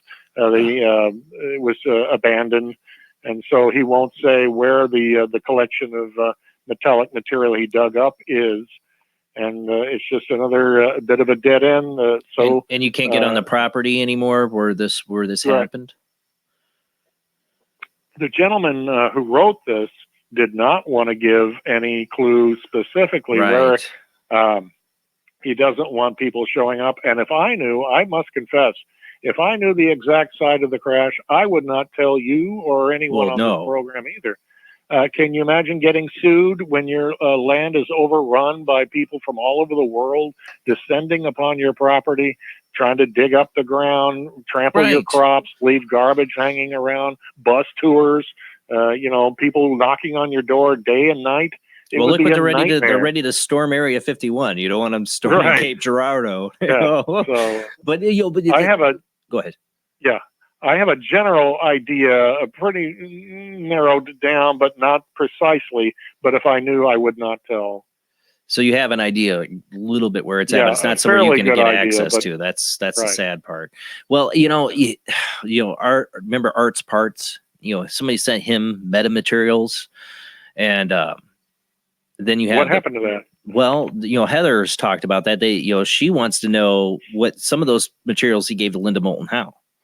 And what did she do with them? She said she's going to have them tested. Well, Bigelow probably, right? And then you have the To the Star scene. They have metamaterials. Well, we never knew where Art's metamaterials really came from. I mean, it could be a lot of people assume Roswell. Well, somebody from Cape Girardeau might have been an Art Bell fan and said, "I'm going to send these to Art." If you have ever seen a photograph of a dead gray alien encased in this glass tube, almost, there's a man standing in a military uniform of sorts behind it, and there's this dead gray alien. It looks exactly like the description of the Cape Girardeau aliens. Really? Someone sent this photograph to Art Bell and said, "My father left this in his possessions. I wanted you to have it." Yeah, that's that alien in that glass case looks exactly like what was described in Cape Girardeau, right down to the fingers and the long legs and the big head and the black eyes. I kind of remember that. Yeah, it's been a long time, but I'm trying to picture I'm gonna have to look that picture up because, man, now you got me wondering. We do got somebody waiting on the phone. We got Zach on the line. How you doing tonight, Zach? I'm doing pretty good, brother. How you doing? Doing good. Thanks for calling in. All right. I just have two questions tonight. Paul, very nice to meet you. My first question is piggybacking off of a question that Jason asked earlier. It's related to really the preservation of these alien bodies. My first question is, do they use standard embalming techniques and fluids to really preserve these bodies, or really do they use a different method to do it? Because I mean, the anatomy of these aliens is far different from regular humans. So did they have to modify it in some ways to really preserve them? I'm not aware if they were embalmed, and it is a very good point the caller makes that you can put formaldehyde and fluid of that nature or something stored from a science lab that we are accustomed to putting human bodies in. But what kind of reaction would an alien body do? Would it really preserve it or just make it worse? Would it inflame the skin and have the creature rot? We were just flying by the seat of our pants in 1941, just going by human standards, I'm sure. So it could have been a case of they wanted to preserve specimens just like you would any dead creature you would find, plant or animal, insect, bird, whatever, and take it to a science lab and cut it open like a frog in high school science class. And they just kind of went, felt their way around and groped their way around and in cutting this open and taking photos and film and samples and weighing things like at a human autopsy. But we don't know for sure if it was embalmed or not, or if the bodies are still around in somebody's lab somewhere. It might have ended up in the 1970s in Homestead Air Force Base, which is where Richard Nixon took Jackie Gleason. He swears the story is true, to a special lab in one corner, a restricted area of Homestead Air Force Base, where he saw dead alien bodies that were being examined and scientifically stored in what he called little Coke freezers. Coca-Cola freezers was his best analogy. So Nixon showed this to Jackie Gleason, and it shook him up so badly. It gives you an example of, well, they're going to have to keep this a secret from the American public if it shook Jackie up this bad. And he really was into UFOs and aliens. So if the American public was not, and they were shown this, they would really freak out, I guess. Okay, cool. My second question, it relates to a statement that I heard that ever since JFK, U.S. presidents really haven't been briefed into any kind of UFO activity related to like what happened at Roswell, with Nixon being the exception. Do you find some truth in that statement? Why or why not? I do, but I'm not the world's leading expert authority on it. I just find, as someone once described presidents as public officials who are just passing through. They're in office for 4 years. They may not be needing to be briefed. They may not have a need to know this stuff, that once they're out of office, they might run their mouths, so they're not informed when they are presidents. And that includes everyone from, maybe possibly LBJ, but probably from Nixon forward. I think Nixon was informed, but after that, it's very possible that a lot of presidents have no clue what's going on, and they were not told, and therefore they cannot leak it to the American public, and it's safer, and secrets are more secure that way. Yeah, I mean, definitely Nixon would definitely be the exception because, I mean, he was the VP under Eisenhower, so I can definitely understand that. And it would be really interesting if Trump actually did come forward with this. No, what did he say? He says, nah, I don't really buy, or what did he say? I don't really believe in it, or I don't remember. He made some offhand comment recently. It's like, we're not looking a at fan. it. Not a fan of it. Yeah, not a fan. Maybe not a fan because he doesn't like hearing the news that we have alien overlords. I don't know. Jason, that's absolutely fake news. Fake news. Fake news. Fake news, people. Yeah. Fake news. Well, thank you, Zach, for calling in, bud. Fake news. Thank you so much for allowing me to call in, brother. Thank you so much, Paul, for answering my questions. I greatly appreciate it. You betcha. I always love the Jackie Gleason story, and that's what I was. The point is that there's a number of stories of alien bodies at different bases. So we've got multiple crashes, multiple bodies. We're putting them in different. We're storing them away in different areas. I mean, because we even talked about Wright-Patterson, and like there's the infamous Hangar 18, which is really like Building 18 there, Hangar 23, where they supposedly have underground. People have seen aliens, being stored there, dead bodies. There's those counts. You got the Jackie Gleason thing, seeing those bodies. Now, Jackie Gleason, did he say they were unharmed or looked like they had any injuries? I don't remember. No, he did say some of them were quite mangled, and he thought at first he was looking at dead children who had been in some sort of terrible accident. And then he began to realize, I think Nixon said, take a closer look, Jackie. And he did, and he realized these were not human. I love your Nixon impression. Well, that's certainly very true. Thank you very much. Oh, imagine to be the fly on that wall. Jackie Gleason, Richard Nixon, looking at dead aliens. I mean, oh my God. Well, I've written about that in my latest book. It's called President Eisenhower's Close Encounters, and I've got a special 4-part chapter on the Nixon Gleason story. Oh God, yes. So it's one of those that's also fading away, that all the eyewitnesses are passed away. However, Beverly Gleason was Jackie's wife at the time, and she's still alive. The problem is she's told everything there is to tell. She doesn't know anything else. And it's interesting to know she's never changed her story. It's still the same story, that Jackie came home and said these things. And why make it up? He was pale as a ghost. Why even make it up? Why bother? I mean, it would bring you nothing but misery, and people would make fun of you and say that, oh, you're paranoid, or you're on drugs, as the skeptics say when anyone comes forward. It really made Jackie irritated. She said that she blabbed this secret, and so she had to really apologize, and Jackie divorced her anyway. But she's not backing down. Yeah, they got divorced sometime after that in the mid-'70s. She said that Jackie came home one night in February of 1973, the exact 19th anniversary, down to the day of the Eisenhower encounter at Edwards Air Force Base, I found out.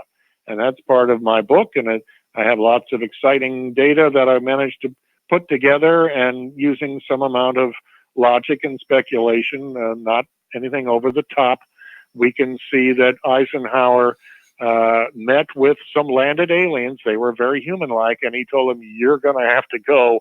Our world is not ready for this. They were not the gray aliens, by the way. They were very human-like. But this gives you an example. Heather Wade received some documents from 1989 that were briefing papers, I believe, for the new administration of George H.W. Bush. And this information includes mentions of Eisenhower did meet with aliens, and he got them to agree, don't show yourselves here openly. If you have to come here, flit about in our skies and get the heck out of here, you're going to start a panic. We don't want you openly setting down and walking around amongst us. So you're going to have to be very secretive. If you'll please agree to this, we'll let you have, according to the documents, a landing base where you can come and go in Nevada. So there's that. I don't know if the documents are real. They sure look real to me. Right. I'm not an expert. Well, Heather's done a lot of work trying to figure out if those documents are real or not. Right. It appears to be the real deal. And it makes you wonder, some people say that's where we made a deal for abductions. That's not in there. I don't know if we'd write that down. But you want to know, what kind of conversations. I doubt Eisenhower would have been up to making any deals. He would not put Americans in any harm's way.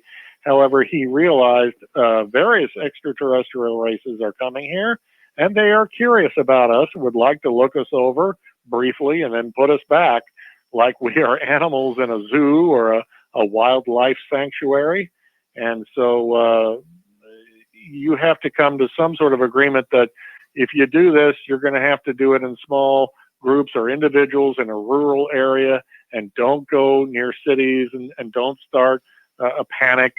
They were really worried back in the 40s and 50s of the stock market crash of 1929, which triggered over a decade of economic depression, joblessness, hopelessness in this country. Nobody wanted to be responsible for a repeat of that. If an alien landing came down, would it just send the stock market crashing as panicked investors sold off for various reasons, and the economy fell through, and people stopped believing in the church and education programs or and possibility of free college. energy?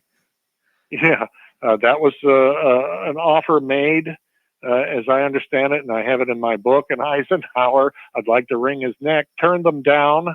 The latest high-tech free energy programs that the aliens had. Instead, we went back to fossil fuels. Well, it would have destroyed that would have destroyed the economy, though.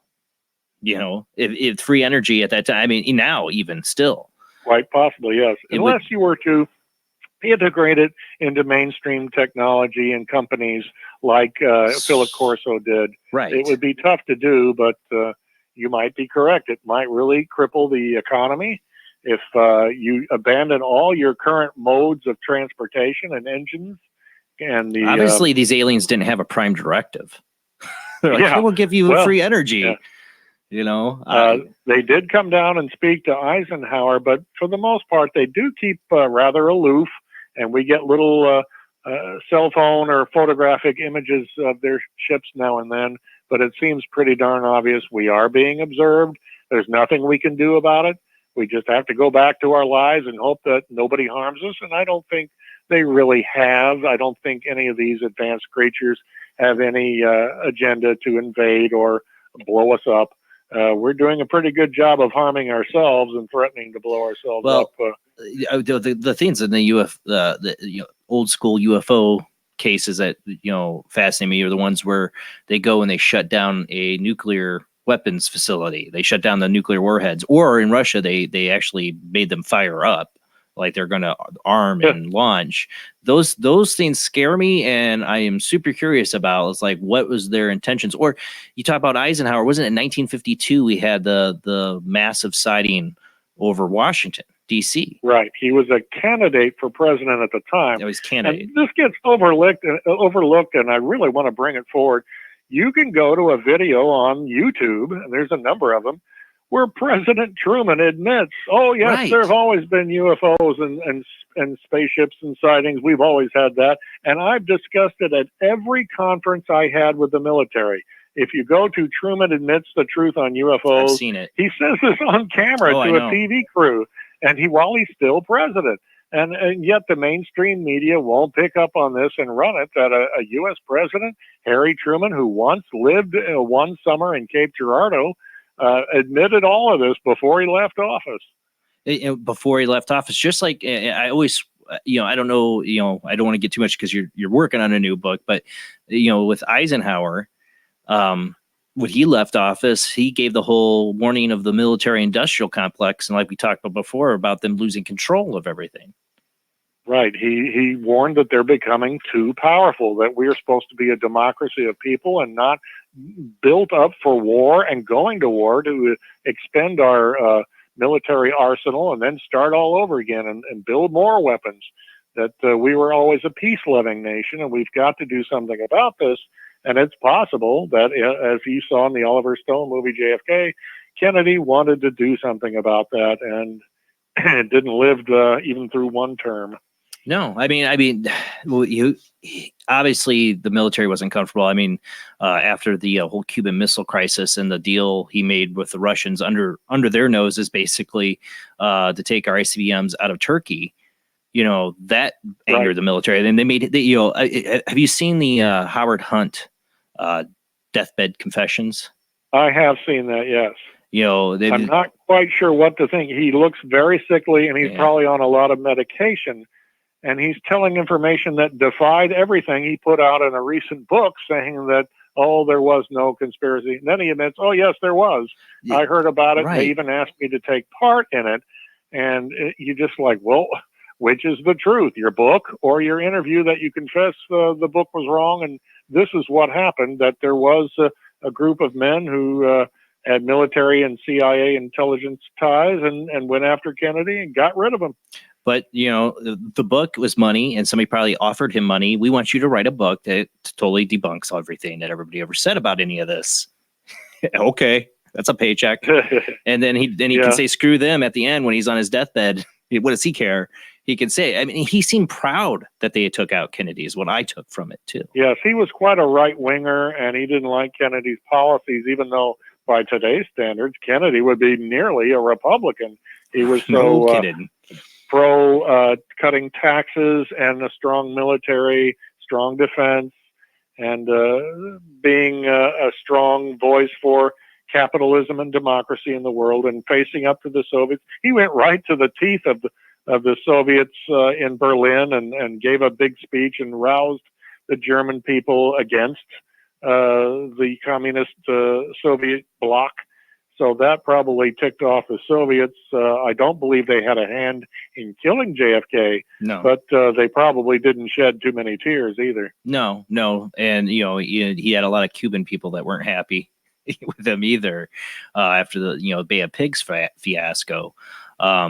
So, he pissed off a lot of people. He definitely made no friends when the CIA, FBI, the mob, so the hit list is quite big, but the alien part of it, I don't know how much you buy into the Majestic 12 papers that have come out. There's a lot of different ones. But I remember the one, it's like, they say it must be wet when they talk about dealing with JFK and his cooperation with other countries like Russia.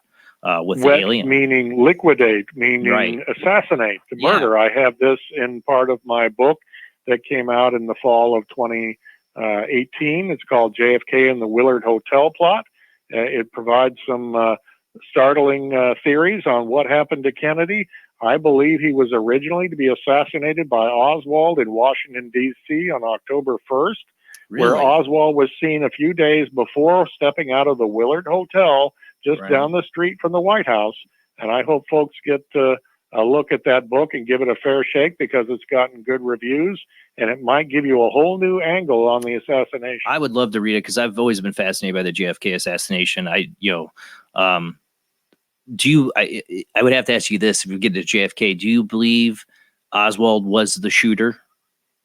I used to think, oh no, he was set up, he's a patsy, but no, I believe he was part of it, and he did fire some shots in Dealey Plaza. But he even apparently said to someone he knew his were mostly distraction shots to get people looking the wrong way. And he didn't know he was going to be left holding the bag. He was the fool that they were going to pin it all on.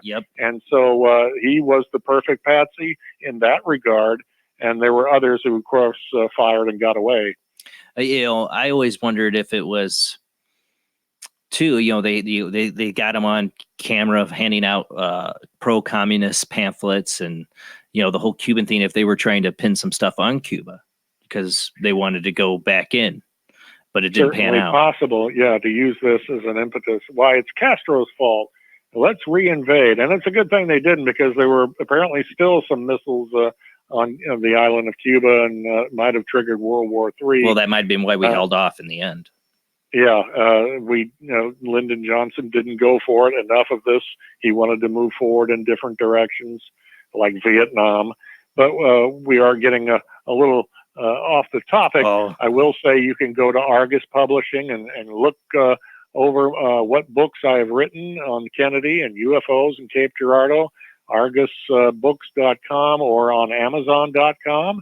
And I have a website, www.mo41.info, and I'll put in a shameless plug for my Facebook page, Cape Girardeau's 1941 UFO crash on Facebook, and JFK and the Willard Hotel plot on Facebook. If you have some information you'd like to share, or you want to read what I've disseminated online, go right ahead, and I think you'll find it very interesting, anyone who's listening tonight. Well, I can't help you bring up the JFK assassination. I can't help but get into it, because it's something I actually never had a show on that topic. I should have, because I mean, I get into the paranormal a lot. We don't get into big conspiracy theories, but I'm big into them. And, one of the things too, I've always wondered, do you cover it all? What, I know we're getting off topic, I can't help it, is Lyndon Johnson's role in it too. I am suspicious that he knew what was coming, and he said nothing because he stood to gain everything. I am very suspicious of the idea that he put it together. I don't think he was that dumb. No. That it could be investigated and researched and easily found that he was an instigator. I just think he kept his head down. Maybe even literally, there's an eyewitness account or two that he ducked as just before the shots were fired in Dealey Plaza, and there's a famous photograph of his limo. You can clearly see the Senator Yarborough in the back seat. You can see Lady Bird in the back seat, and there's no Lyndon Johnson. He's ducking. You can't see him. He should have, as a very tall man, he should have been very visible, waving from the back seat. And it gives credence to the idea that he did duck down, pretending to tie his shoe or something in the back seat. Didn't care about his wife sitting there. That's a good point. Poor Lady Bird. Let her take some flying lead. Yeah, I'm not a big Lyndon Johnson He did ask that specifically the night before. He got into an argument with JFK saying, I want Jackie in the car with me. And he wanted his political rival, Senator Yarborough, in the president's car. And that's a pretty good clue. Lyndon Johnson knew what was going on. There's a lot to that, man. I'm not. I couldn't imagine that he threw it all together. And we'll get back on the UFO topic here. We talked about the last president maybe being Nixon, who really knew about it, but we don't. George Bush, Herbert Walker Bush.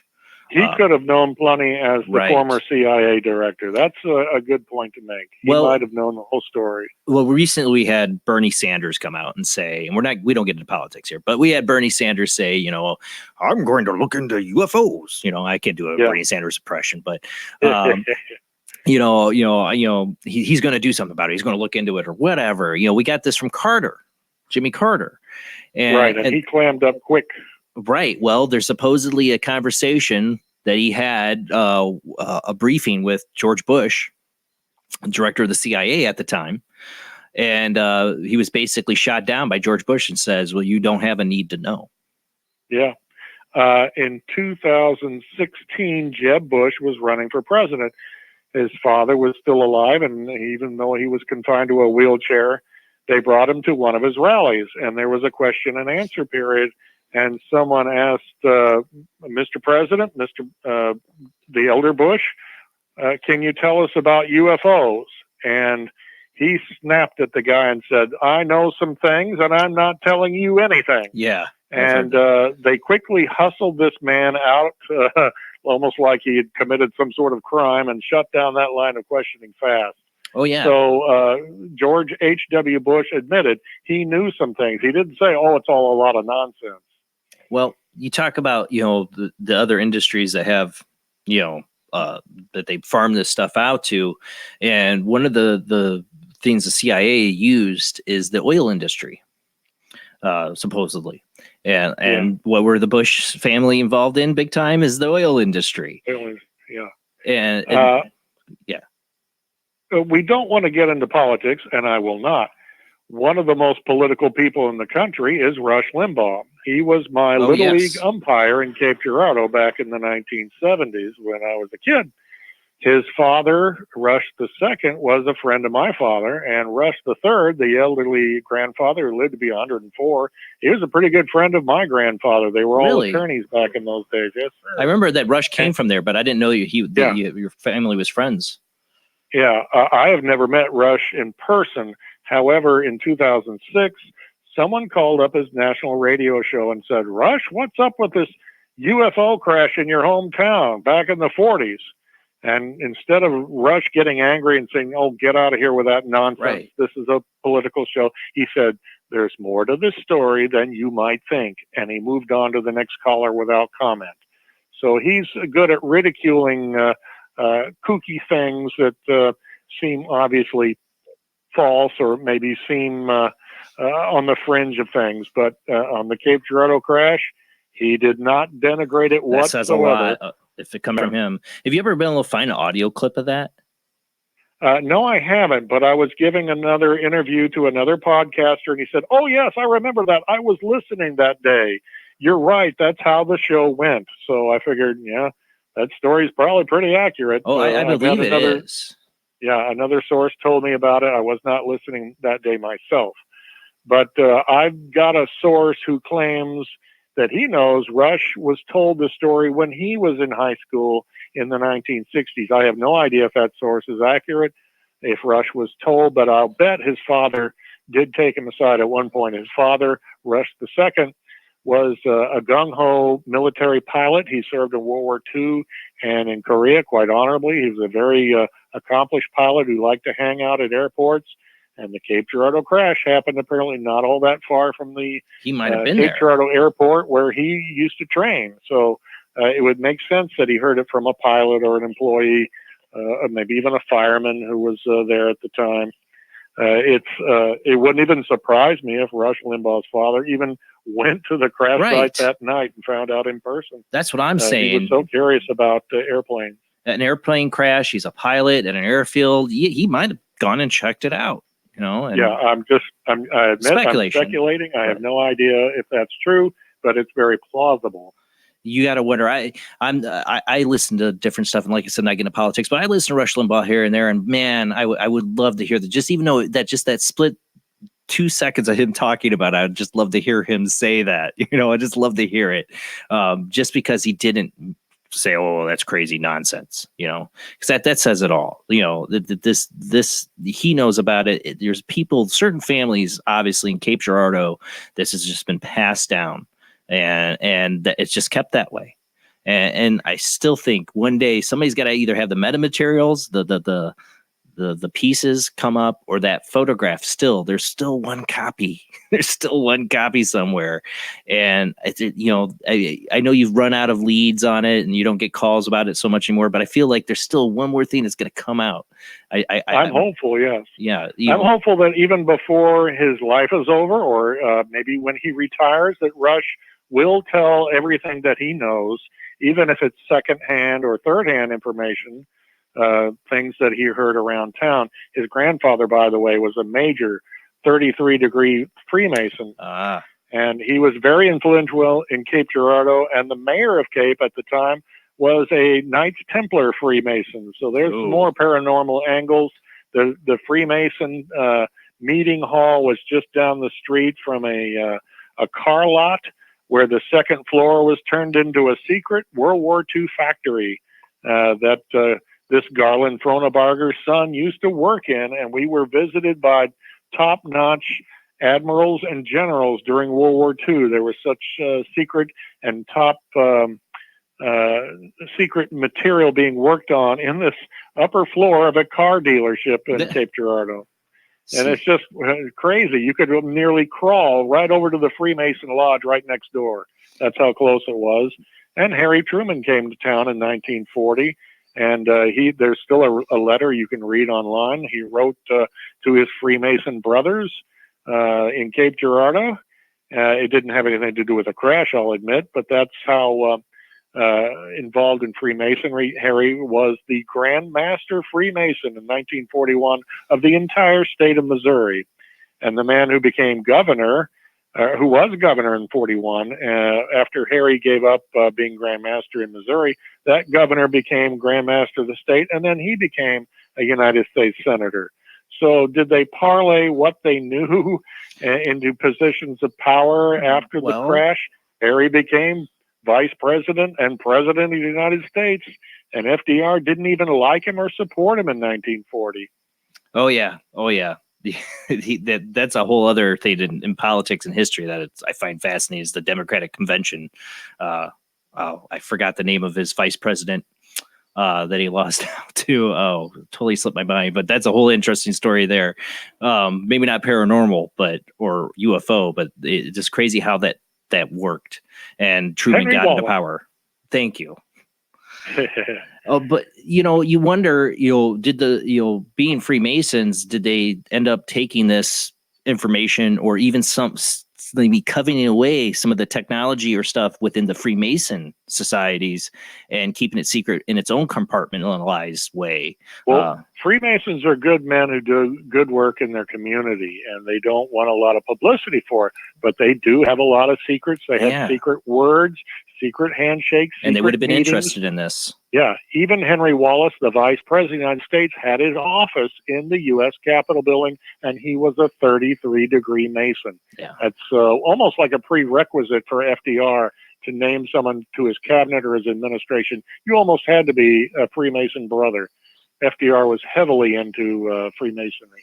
Well, secret societies definitely would be perfect for this world and UFOs and technology. Right. All right, we're going to go to our commercial break. Phone lines are still open, 219-230-4444, Skype ID JBland00. Call in after the commercial break with your questions or tell us about your own UFO experience, or have you worked at a military base before or seen anything? I'd love to hear about it. All right, guys, we'll be back with this short break.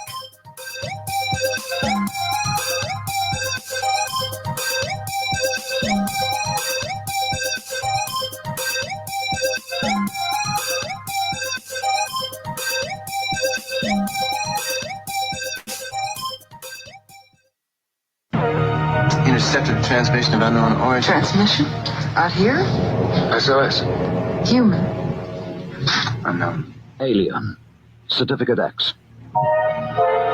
Exclusive engagement at the Odeon Leicester Square. Now. Any systematized transmission indicating a possible intelligent origin must be investigated. In space, no one can hear you scream. This is an APAC studio presentation. Hi, I'm Barry, owner-operator of Barry's Barometer Barn. Lately, I bet you've been lying awake at night asking yourself, how many barometers do I really need? Well, at Barry's Barometer Barn, we think you need more than one. Otherwise, we're going to go out of business. Remember, at Barry's Barometer Barn, we don't know the meaning of high-pressure sales. Come on, folks, buy another barometer. I'm trying to put my kids through college. I've got a family to support and a secret mistress who isn't cheap. Visit Barry's Barometer Barn, 000 Storm Drive. Come on, folks, buy a barometer. I'm Barry's older brother, Larry, and every time one of you people walk past the store without coming in, Barry beats me.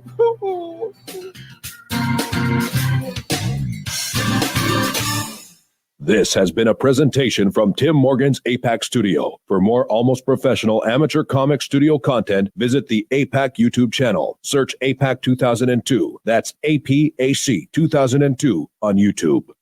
Of the second kind, physical evidence of a UFO. Close encounters of the third kind, contact. From Steven Spielberg, the director of Jaws, comes one of the most ambitious and unusual films ever made. And what you will see has never been seen before. It's a cosmic mystery crossing what many scientists believe will be the next threshold of human experience.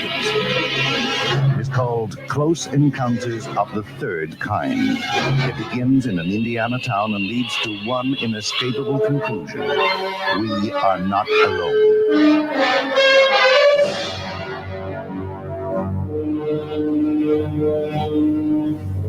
Close Close Encounters of the Third Kind, Certificate A, now showing at the Odeon, Leicester Square. Are you intrigued by Paranormal Talk Radio? You'll love the new Paranormal Radio app from Talkstream Live. You'll find a great selection of talk shows covering UFOs, ghosts, strange phenomena, and much more. Download the Paranormal Radio app now and start listening to the very best in paranormal talk entertainment, including the network you're listening to right now, the Paranormal Radio app, free in Google Play and the iOS App Store. Phantasm, the film that puts the fun in funeral. And as for a fiendish story, it does have a burial plot. Come prepared to scream, because if this one doesn't scare you, you're already dead. Phantasm from Avco Embassy Pictures. Rated R under 17, not admitted without parent or guardian. Hello, midnight preview tonight, UA Westwood Theater. If you are interested in discovering the truth about the paranormal and want to hear from leading researchers in the field, join Justin Brown on his 3 weekly shows named My Paranormal Soapbox, Necromancer Live Show, and the Supernatural Symposium, live on Facebook, YouTube, and interfacediff.net.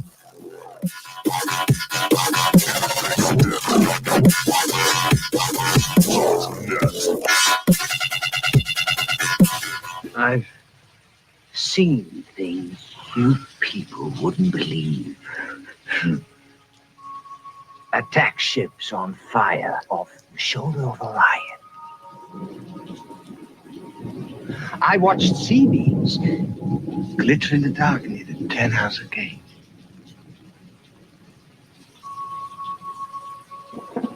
All those moments will be lost in time, like tears in rain. Time to die.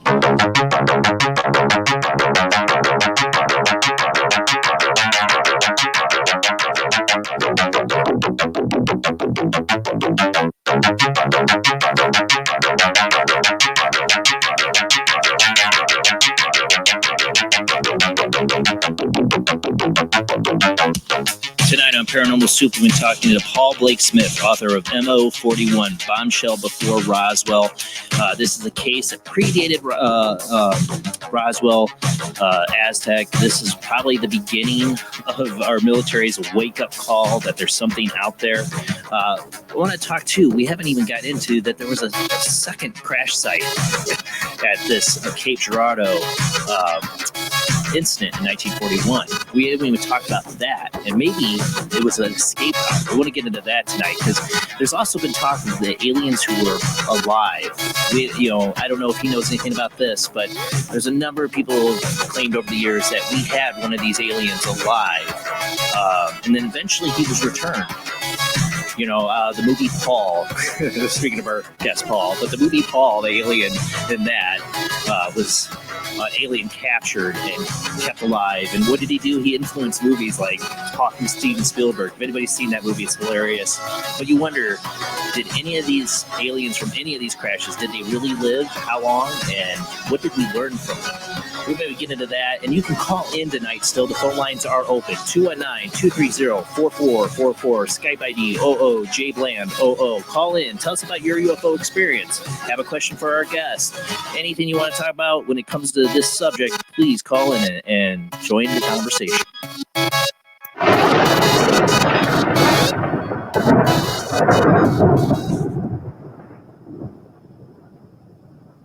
Still hanging in there, Paul?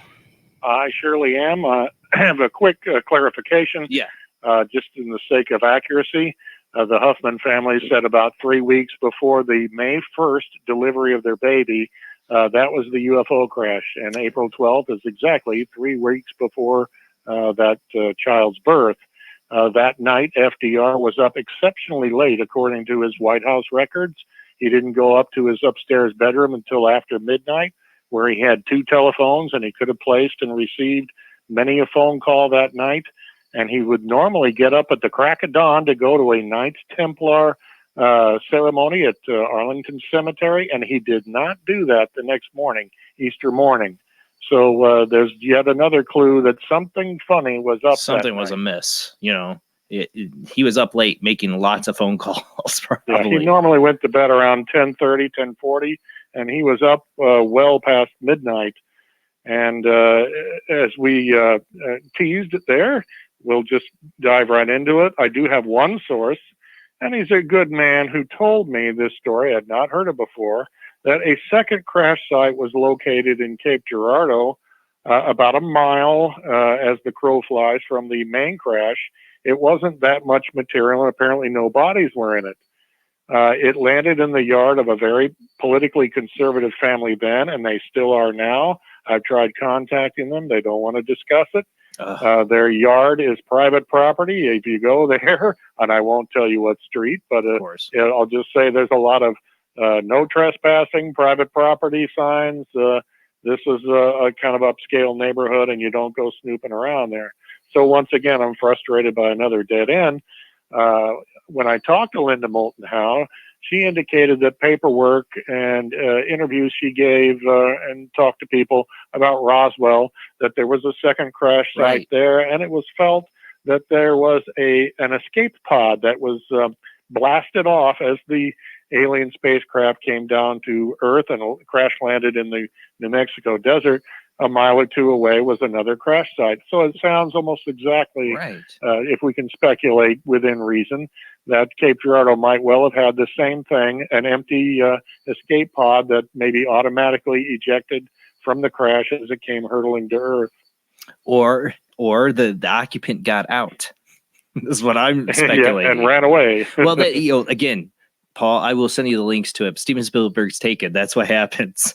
Really? One of the, and not to give it all away, but the Roswell like crash happens, and one of the aliens, lives and is, I'm guessing, an escape pod. They don't show an escape pod, but he ends up, of course, hitting up on some married woman and getting her impregnated, and that starts down the alien genetic line. And abductions later on. So it's great. You got to check it out. If you will get a copy of all the information I crammed into my sequel, 3 Presidents, 2 Accidents, I will in turn watch Taken if I can. Will. I want to read it. There will be even then.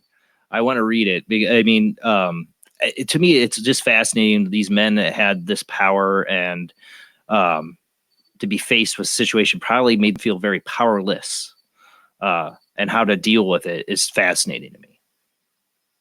I agree. Harry Truman was in Washington on the night of the crash, and so was, as I mentioned, FDR. Eleanor Roosevelt was in Boston.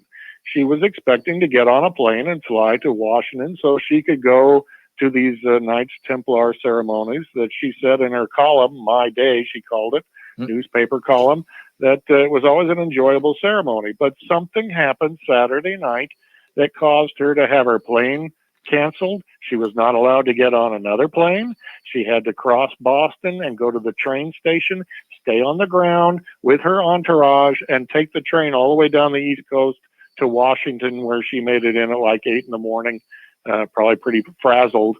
It's just another example that if you were FDR and you don't know what's going on with this spaceship crash, you might tell your wife, cancel that flight. You're not taking to the air. We don't know what's going on. It might not be safe.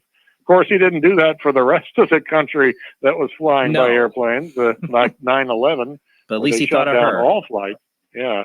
But General George Marshall, he was his most trusted Army Chief of Staff, was on a camp tour around the U.S. South, going to various military installations, and his tour seems to have abruptly ended Saturday night. He didn't seem to fill out the paperwork. I've got his records here, photocopies, and he stopped on his tour and just seemed to disappear until Monday morning. So once again, I really feel the clues all add up to Saturday night, April 12th, as the day the earth stood still, so to speak. Well, no kidding. But that's how they had to feel. I mean, probably FDR's first thought was, dear God, my wife's going to get up in a plane. Yeah. when you got aliens flying around up there. I mean, that for those guys, I mean, in that time, like you said, there was no media, there was nothing that they were being influenced by, this would have been a complete culture shock for everyone. And I'll emphasize real quick, I don't think Eleanor was ever told the truth about the situation. FDR wanted this tightly controlled. He probably just said, "You're not flying," and that's the end of the story. Yeah, that's that. Just take my word for it. Yeah, trust me on this. You're not getting up on a plane right now. Who could possibly cancel the flight of the most famous woman in the whole world, the powerful First Lady, and very popular in her day, in some cases more popular than the president? So there's that. And all the little bits and pieces and things that surprised me are in the second book, with some updated information thrown in a summary of my first book. So one of the things that surprised me is that I have an aunt who knew Garland Tronebarger and said that in the Smith family home in 1950 or so, Garland Tronebarger, this newsman who took lots of pictures, whipped out a Brownie camera and said, "This is the kind you should get. I use it all the time." And she didn't know anything about the alien crash at the time. But here it is, just another little weird connection that the man at the crash scene allegedly whipped out a Brownie camera, just like old Garland Tronebarger used to love, and took that one snapshot and walked away. They made 2 copies of it. And one copy is somewhere out there, at least somewhere. You got to wonder if it'll ever turn up. One of the things too, you talked about the description of the bodies, either it was their suit that was wrinkly or their skin was. I've heard some theories about the alien craft that they have liquid inside, like they're pressurized differently, that they don't have, they weren't, that's what killed them, was the depressurization. Could be. They may not have been used to our atmosphere and could not breathe it, all of our oxygen, and that their bodies and their skin reacted poorly to it and got all crinkled up. We're just literally dealing with alien physique that we just don't know much about. And so anything could have resulted after the crash, or after the spacecraft cracked open and was exposed to the thin atmosphere and the upper atmosphere, and then down on the surface. All I know is allegedly 2 bodies were dead on impact, and the third was barely still alive. And then it died. And they said it, and he said it was breathing. And I know you said that, like, that, it's not a robot, it was breathing. Well, there's a possibility these things are genetically built, like a synthetic, a cloned creature of some kind, or created almost in a science lab. We have to keep that in mind as a possibility too. They sent out their, I mean, there had been reason why they didn't come back for them or care. Well, in the Heather Wade documents that she received, 1989 Defense Intelligence Agency documents, it seems to indicate that the Greys are kind of like servants to humanoids and more intelligent creatures, and do their work for them, and almost like they were compared to hunting dogs, that while the intelligent humans go out on a fox hunt and ride the horses around, that would be akin to aliens in spacecraft, the mothership, and they would send out these lesser creatures, if you want to call them that, the Greys, to do their work for them on the surface, collecting samples and observing human life and animal life too, and then bringing them back to the mothership. Well, I was mentioning when we're coming back from break too, there's the accounts from people. I don't know where you've run across anything in this in your research of some of these creatures from these crashes being alive and being held in some kind of captivity. Yeah.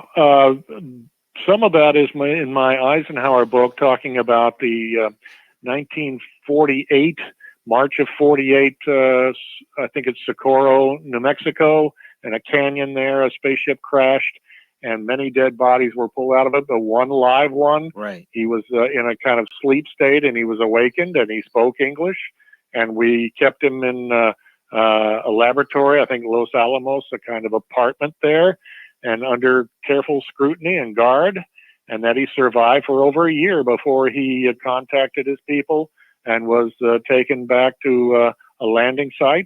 And he managed to go back to his home, just like E.T., the Steven Spielberg movie, where the creature makes contact with technology he can put together and calls for his people to come pick him up.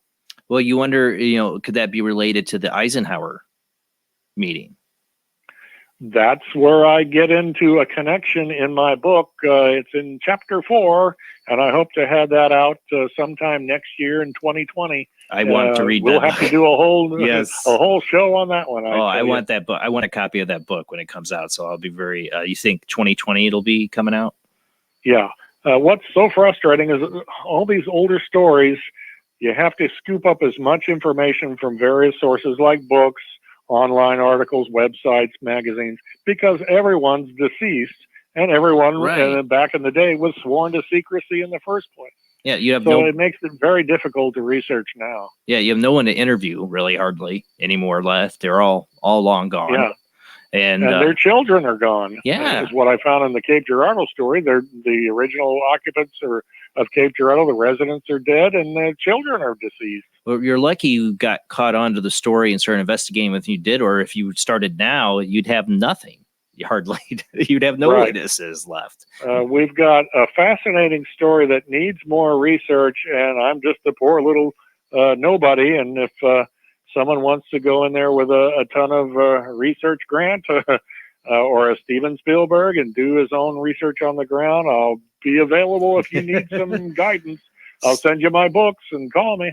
Well, you have to wonder if somebody is, you're a screenwriter, you should, man, because I would love to imagine and know, I would love to see a theatrical version of what happened there, because it's just the idea of how humans interacted with something like this, especially in 1941. Hollywood is so difficult to get what you might call a message picture out and take something like this seriously.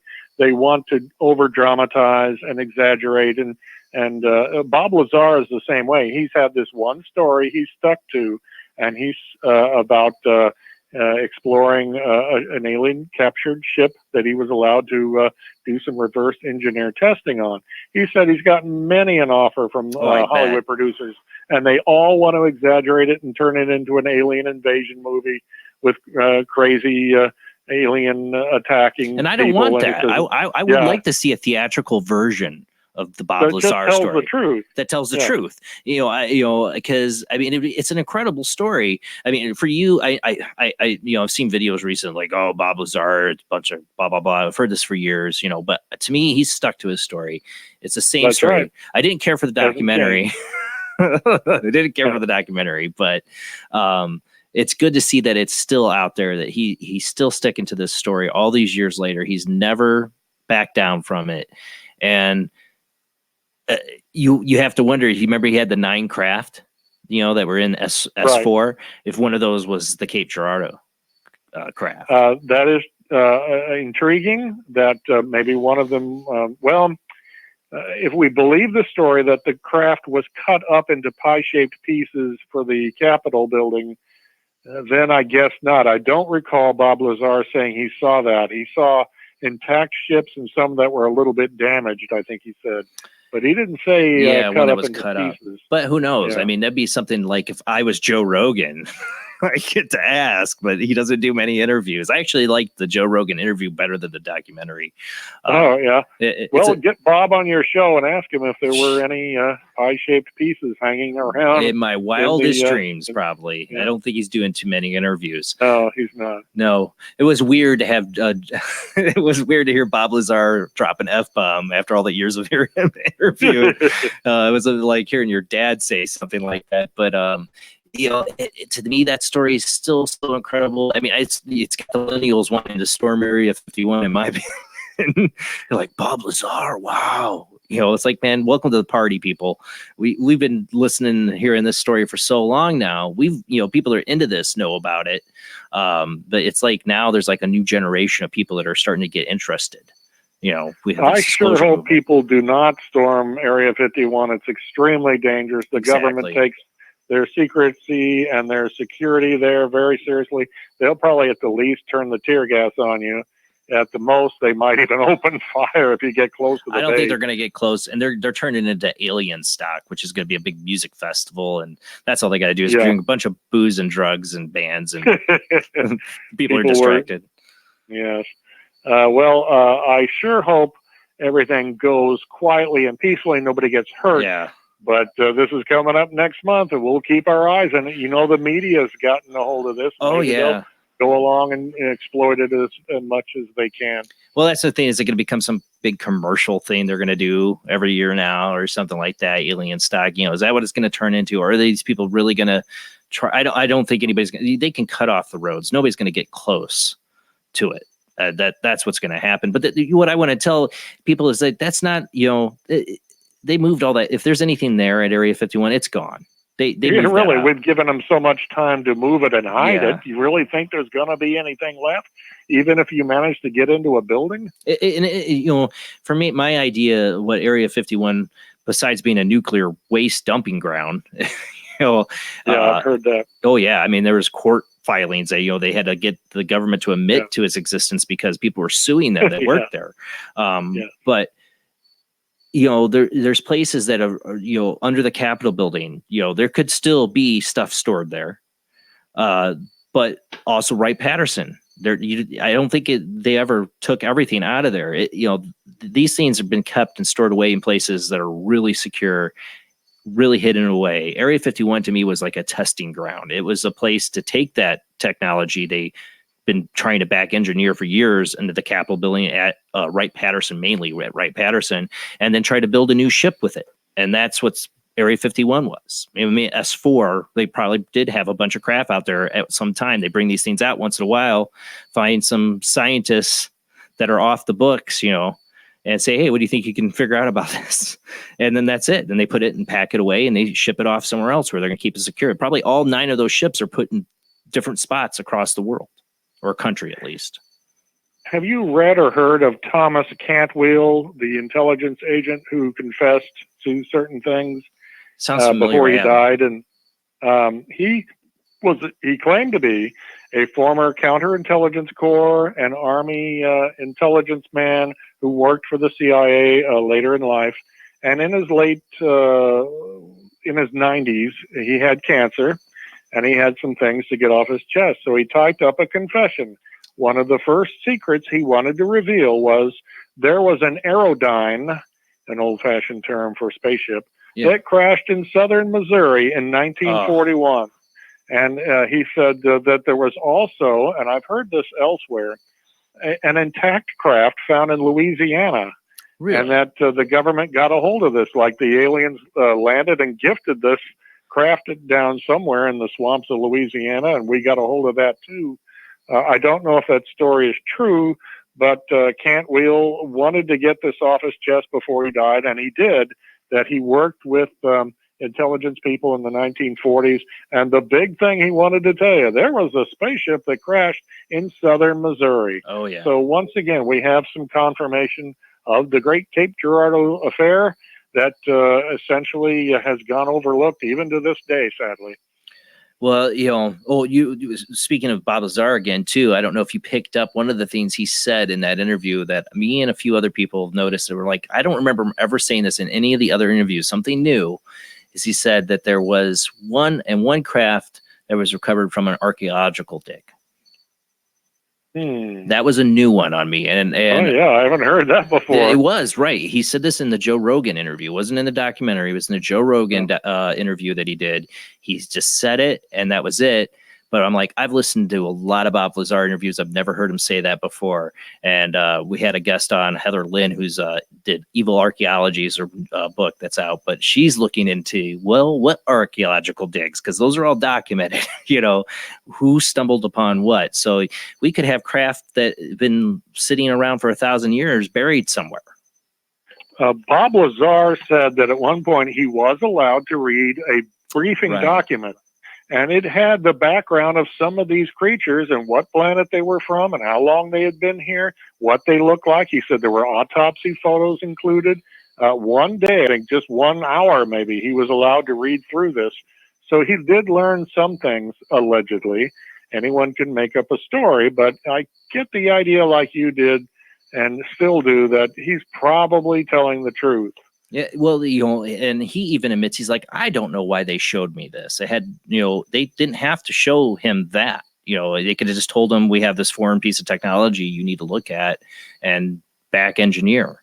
You didn't have to give him the briefing papers on the aliens and stuff, but they did. And he felt it was kind of odd that they did. And I've always wondered, you know, was Bob Lazar, you know, were they wagging the dog in front of Bob Lazar?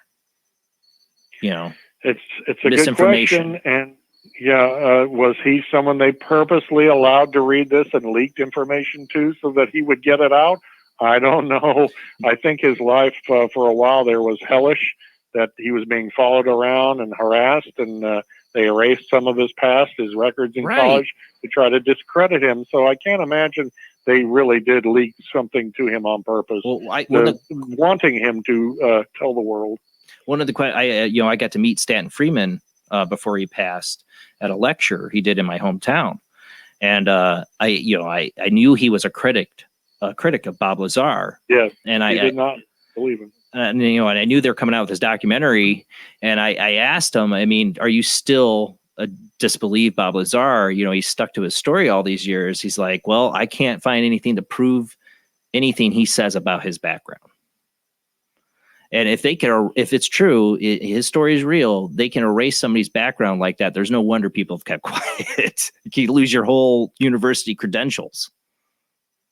I'm a Christian, but I cannot produce one bit of solid evidence that Jesus Christ ever walked the face of the earth.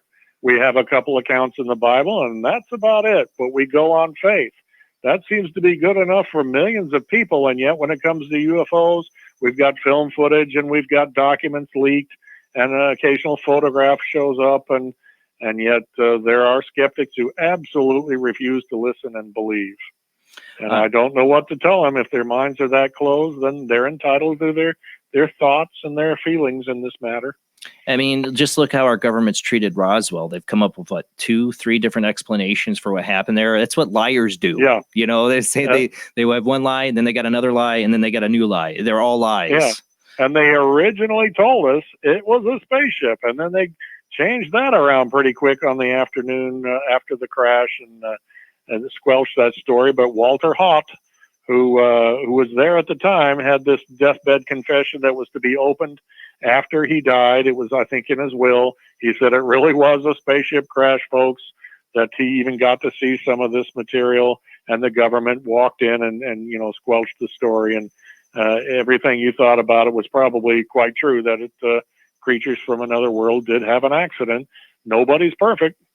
Yeah, and the question I'll leave the audience with is what happens when it happens again? I mean, do you think they've solved all their engineering problems? They're not going to crash again? No, there's got to be some point, and I think that's what the government's scared of them crashing somewhere where they cannot cover it up. They cannot change the story. Major city. Yeah, and it could be disastrous too. It could be a disastrous event. Fascinating, Captain. If Spock walks away from the crash and talks to us in English, and it's all caught on camera, various cameras get whipped out and people record it before the government can step in. Who knows? Maybe someday that will happen. It'll be like V. You ever seen V? You know, they're going to come and be all human, dressed in nice little red flight suits, and who knows, they're eating gerbils behind the scene, and they're really lizard people. I don't know, but who knows? I feel like we're on the cusp of something's going to happen. I don't know. And maybe very soon, Paul, people will look back to us, people that have been interested in talking about this. The whole world will start going, hey, what do you guys know about this? Because there's aliens like landing now, and it's on the news. So there might be a lot of interest in your book one day because of that. But I sure hope so. I've gotten some sales and good reviews, and I hope folks listening out there will look it up on the Argus Publishing website and order a copy today. How about 10 or 100 copies and pass them around? That would be nice. Well, if I highly recommend it for anybody who, like me, who I was just talking about before the show with Jamie, I have a huge book collection. Anybody like me, this has to be part of your UFO book collection. If you have a UFO book collection like I do, it has to be a part of it. I have it a part of mine. I need to get 3 Presidents and 2 Accents, though. I need to get a copy of that. And I want your newest one. As soon as it comes out, let me know, Paul. I want to have you back on the show to totally discuss all of that. So thank you so much for being on. You are welcome. I thank you for having me on as a guest, and I enjoyed the program, and I bet everyone listening did too. All right, well, let's hope so. But that's it for the show, guys. We will be back next Sunday, same bad time, same bad channel, 10 p.m. to 1 a.m. Central, 11 p.m. to 2 a.m. Eastern, 8 p.m. to 11 p.m. Pacific time. And I don't remember the time zones out over England. I had somebody asking that. I felt so bad. I think it's 4 a.m., 5 a.m. sometime in that time if you're going to be up. Okay. But don't forget to check us out on our Facebook page, Midwest Paranormal Presents Paranormal Soup. Check us out on YouTube under Paranormal Soup, Jason Bland. Subscribe, follow. And then on Patreon, if you want to help the show out, become a $2 member. I am going to be working on my EVP podcast. It's going to be exclusive to Patreon, so you get to hear some of the EVPs I've caught over the last, I don't know, since 2008. I'm going to be doing that on there, and new stuff coming out too on the YouTube channel. We got some ITC stuff I'm experimenting with. We'll be back next Sunday with Agnost. Been wanting him on the show for a long time. I cannot wait. So excited for this. All right, guys, we'll see you next week.